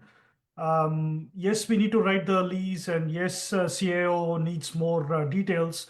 But you guys had interactions for the last 3 weeks, is it not? Like, what transpired in those meetings where you did not get that information that you required, CAO? Through to council, there just isn't a final design, or not a final design. They're leaning towards a sprung style structure rather than an inflatable dome. There's not a sort of set scope of work or facility concept that is being advanced at this point in time. And I believe that a funding commitment from the city that then allows, and a commitment to advance a lease that secures, that provides confidence to other funders, gives them the confidence to then invest their resources in advancing that work in earnest. I think that my impression, and through our conversations, is that the society has done a lot of heavy lifting. They remain a not-for-profit and a society who would like to see confirmation of funding and some commitment to advance a lease so that they can go ahead with confidence and then engage in finalizing their concept and getting to funding it. Councillor Audia Kelly. Thanks, Your Deputy Worship. I just wanted to go back to the staff was recommending that we use the RMI funds. Is that still the staff's recommendation? Staff's recommendation is that you not look to your facility reserve. Frankly, you have a woefully underfunded reserve to maintain the facilities you own, woefully underfunded. The AMIP and the capital and long-term capital plan, including the recommended reserve levels and contributions that Mr. Burdett will bring forward, will indicate some of that.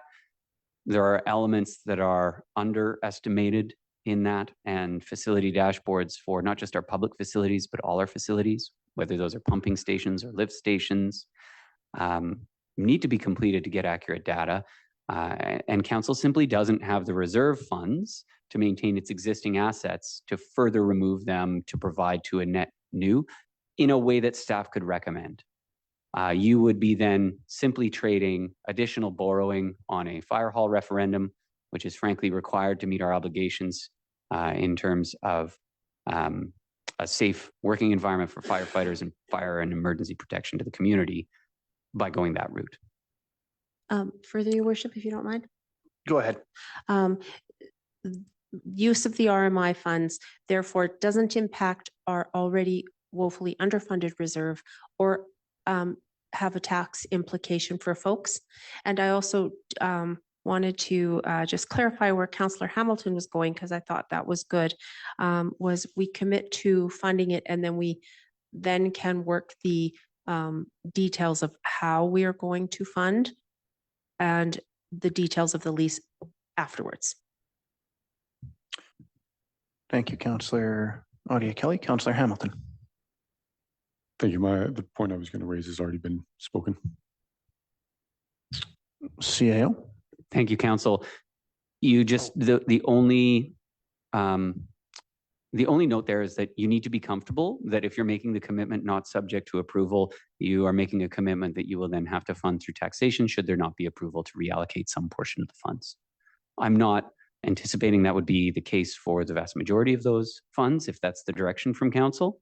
But that's my note, is if you're making a funding commitment without knowing the source, you're opening yourself up to impacts that you may not understand. Thank you. That's good to be aware of. Councillor Ramadas. Thanks, Your Worship. Again, this is going back to all our conversations through the night here.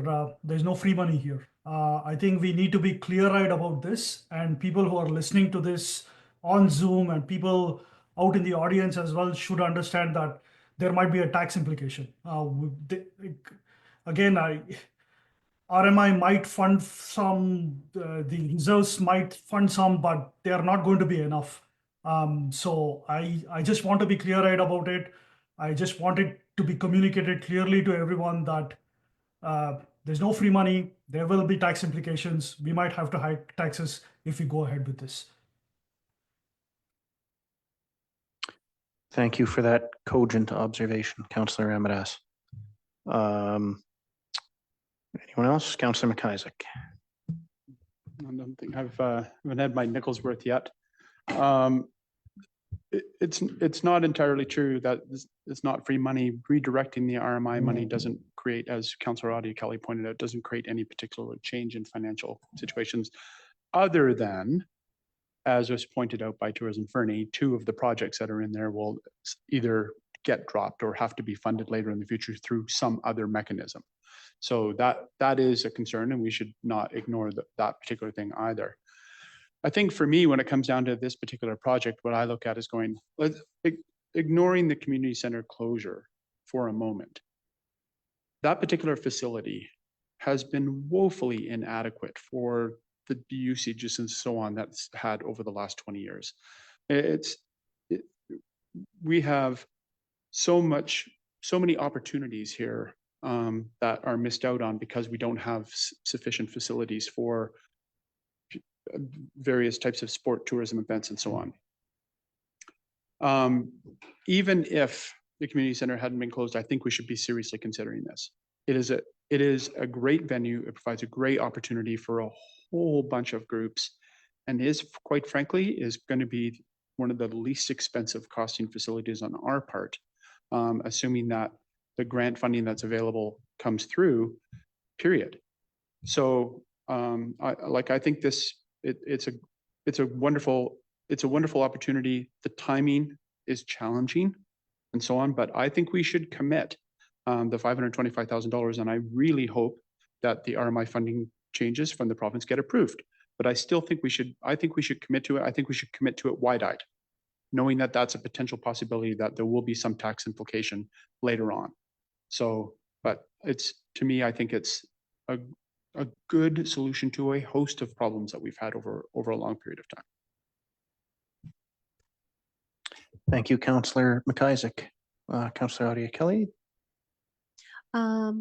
Just wondering how we would frame the motion to reflect the things that we've talked about here. Councillor Ramadas. Thanks, Your Worship. 2 things, Councillor Adia Kelly. The way I am thinking about it is write an LOU, the letter of understanding, commit to writing a lease and a timeline.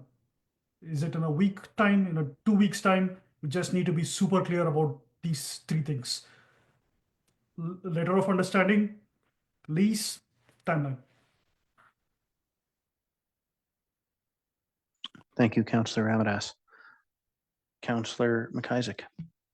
Thank you, Deputy Mayor. I'd just like to get clarification from the CAO if a memorandum of understanding meets the requirements that he believes that the Fieldhouse Society has been asking for in order to approach their other funders. Is that the appropriate instrument?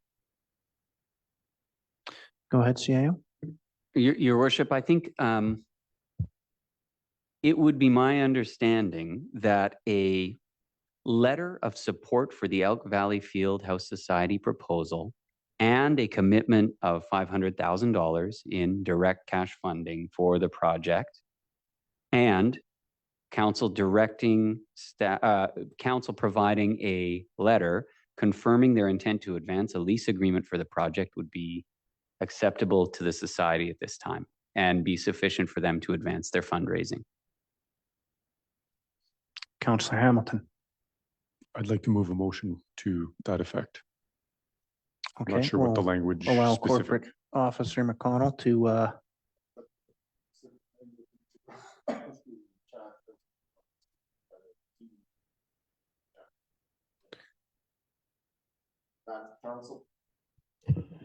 That council provide a letter of support for the Elk Valley Fieldhouse Society proposal and the commitment of $500,000 in direct funding. And that council provide a letter confirming their intent to advance a lease agreement for the project. That sounds correct. Are you seconding that, Councillor Audia Kelly?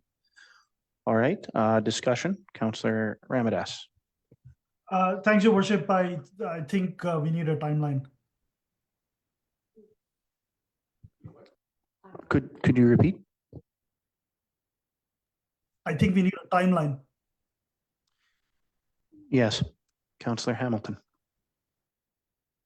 Thank you. I'm a little bit challenged as to understand how we can put a timeline to a project that we don't actually know the parameters of the project yet. Unless we're looking for a timeline for the letter? For the letter and the lease, I Okay. would suspect is what he's Well, talking. I mean, the lease will be difficult to come up with until we have a project design. So if the timeline is for getting that letter over to the organization, then that's something that I understand. But any other timelines, I appreciate why we want to try and time bound things, but I'm just challenged to understand how we time bound it when we don't actually know how long a piece of string is going to be. Councilman Ramadas? And then Audia Kelly. Oh, I'll come back a little bit later, Your Worship. Sorry. Okay, Councillor Audia Kelly. I just wanted to ask Councillor Ramadas, because I was thinking that he meant to get the letter of support done ASAP, because Councillor Hamilton's points about the other aspects are valid. They need the letter of support to push those other things forward, and then we can work on the details, the lease, the design, and all those things. So I think the Councillor Hamilton, help me out here. I think it's important that the letter gets done soon, like right away. Councillor Ramadas, back to you. Thanks, Your Worship. I agree with the first portion. With the lease, do you really need detailed design? Like I don't understand. Isn't it just a lease that's available in another project and just repurpose it for the purpose of this project? Or am I oversimplifying? If I can, and I would ask Mr. McConnell to provide some color commentary. There will need to be considerations in the lease in terms of what the municipality requires the society to maintain as a facility reserve, as to what levels of renovations you may want to have sign off or approval of. This is essentially creating a piece of infrastructure on taxpayer-owned land. And so you're disposing of your interest in that, and you have to ensure that the language in the lease doesn't A, commit you to capital obligations beyond 10 years, and B, sufficiently meets your and the Fieldhouse Society's needs. Those take a bit of time to develop. We can provide draft generally acceptable terms to the society. They'll also need time to have council, their council, not elected council, but legal council, review that and bring back comments. And then we would bring that to city council with recommendations. But it's not nothing, and it's important that I think it's really carefully understood.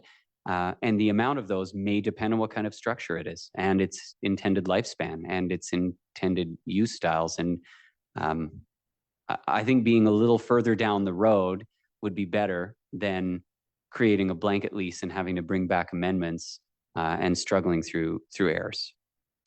Councillor McIsaac, then Hamilton. Thank you, Deputy Mayor.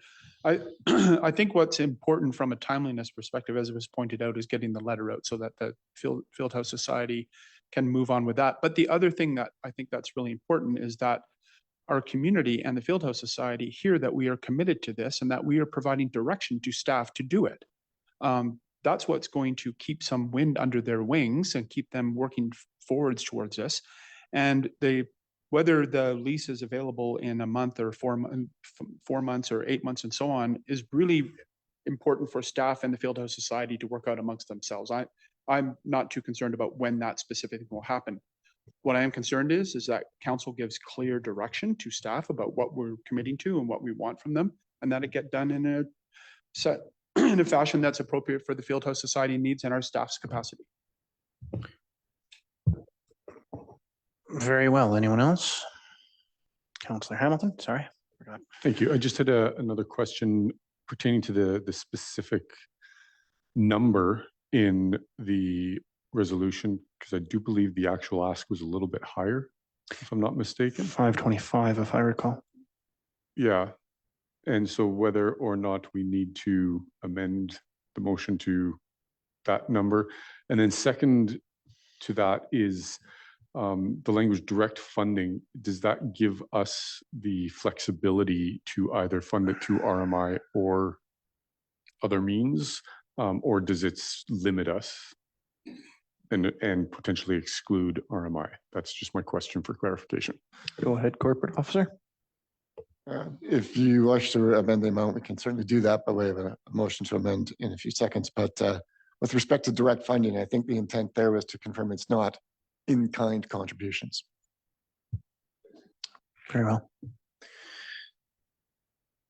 Okay, Councillor Hamilton. I'd like to make a motion to amend the number to 525,000. Seconded by Audia Kelly. Discussion? All in favor? If I could just make sure we capture that. So it was moved by Councillor Hamilton, second by Councillor Audia Kelly to amend it to 525,000. Okay, thank you.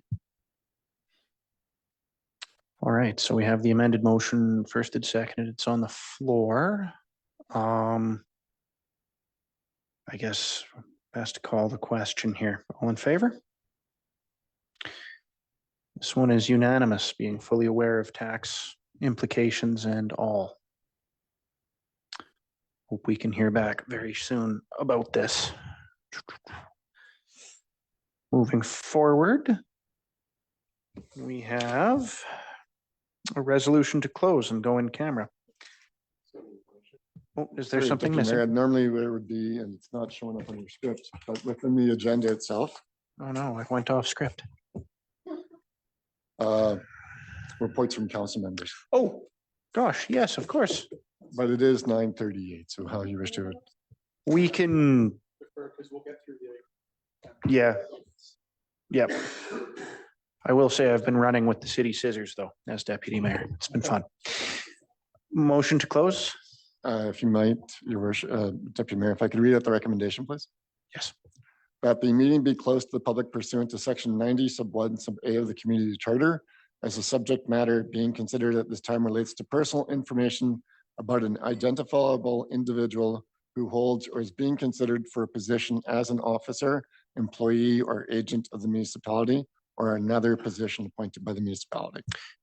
Thank you. Sorry for getting ahead of you. That was made by Councillor McIsaac, seconded by Hamilton. All in favor? Let me check if Ramadas is there. That's unanimous. Thank you. Thank you. Thanks, everybody. Have a wonderful night.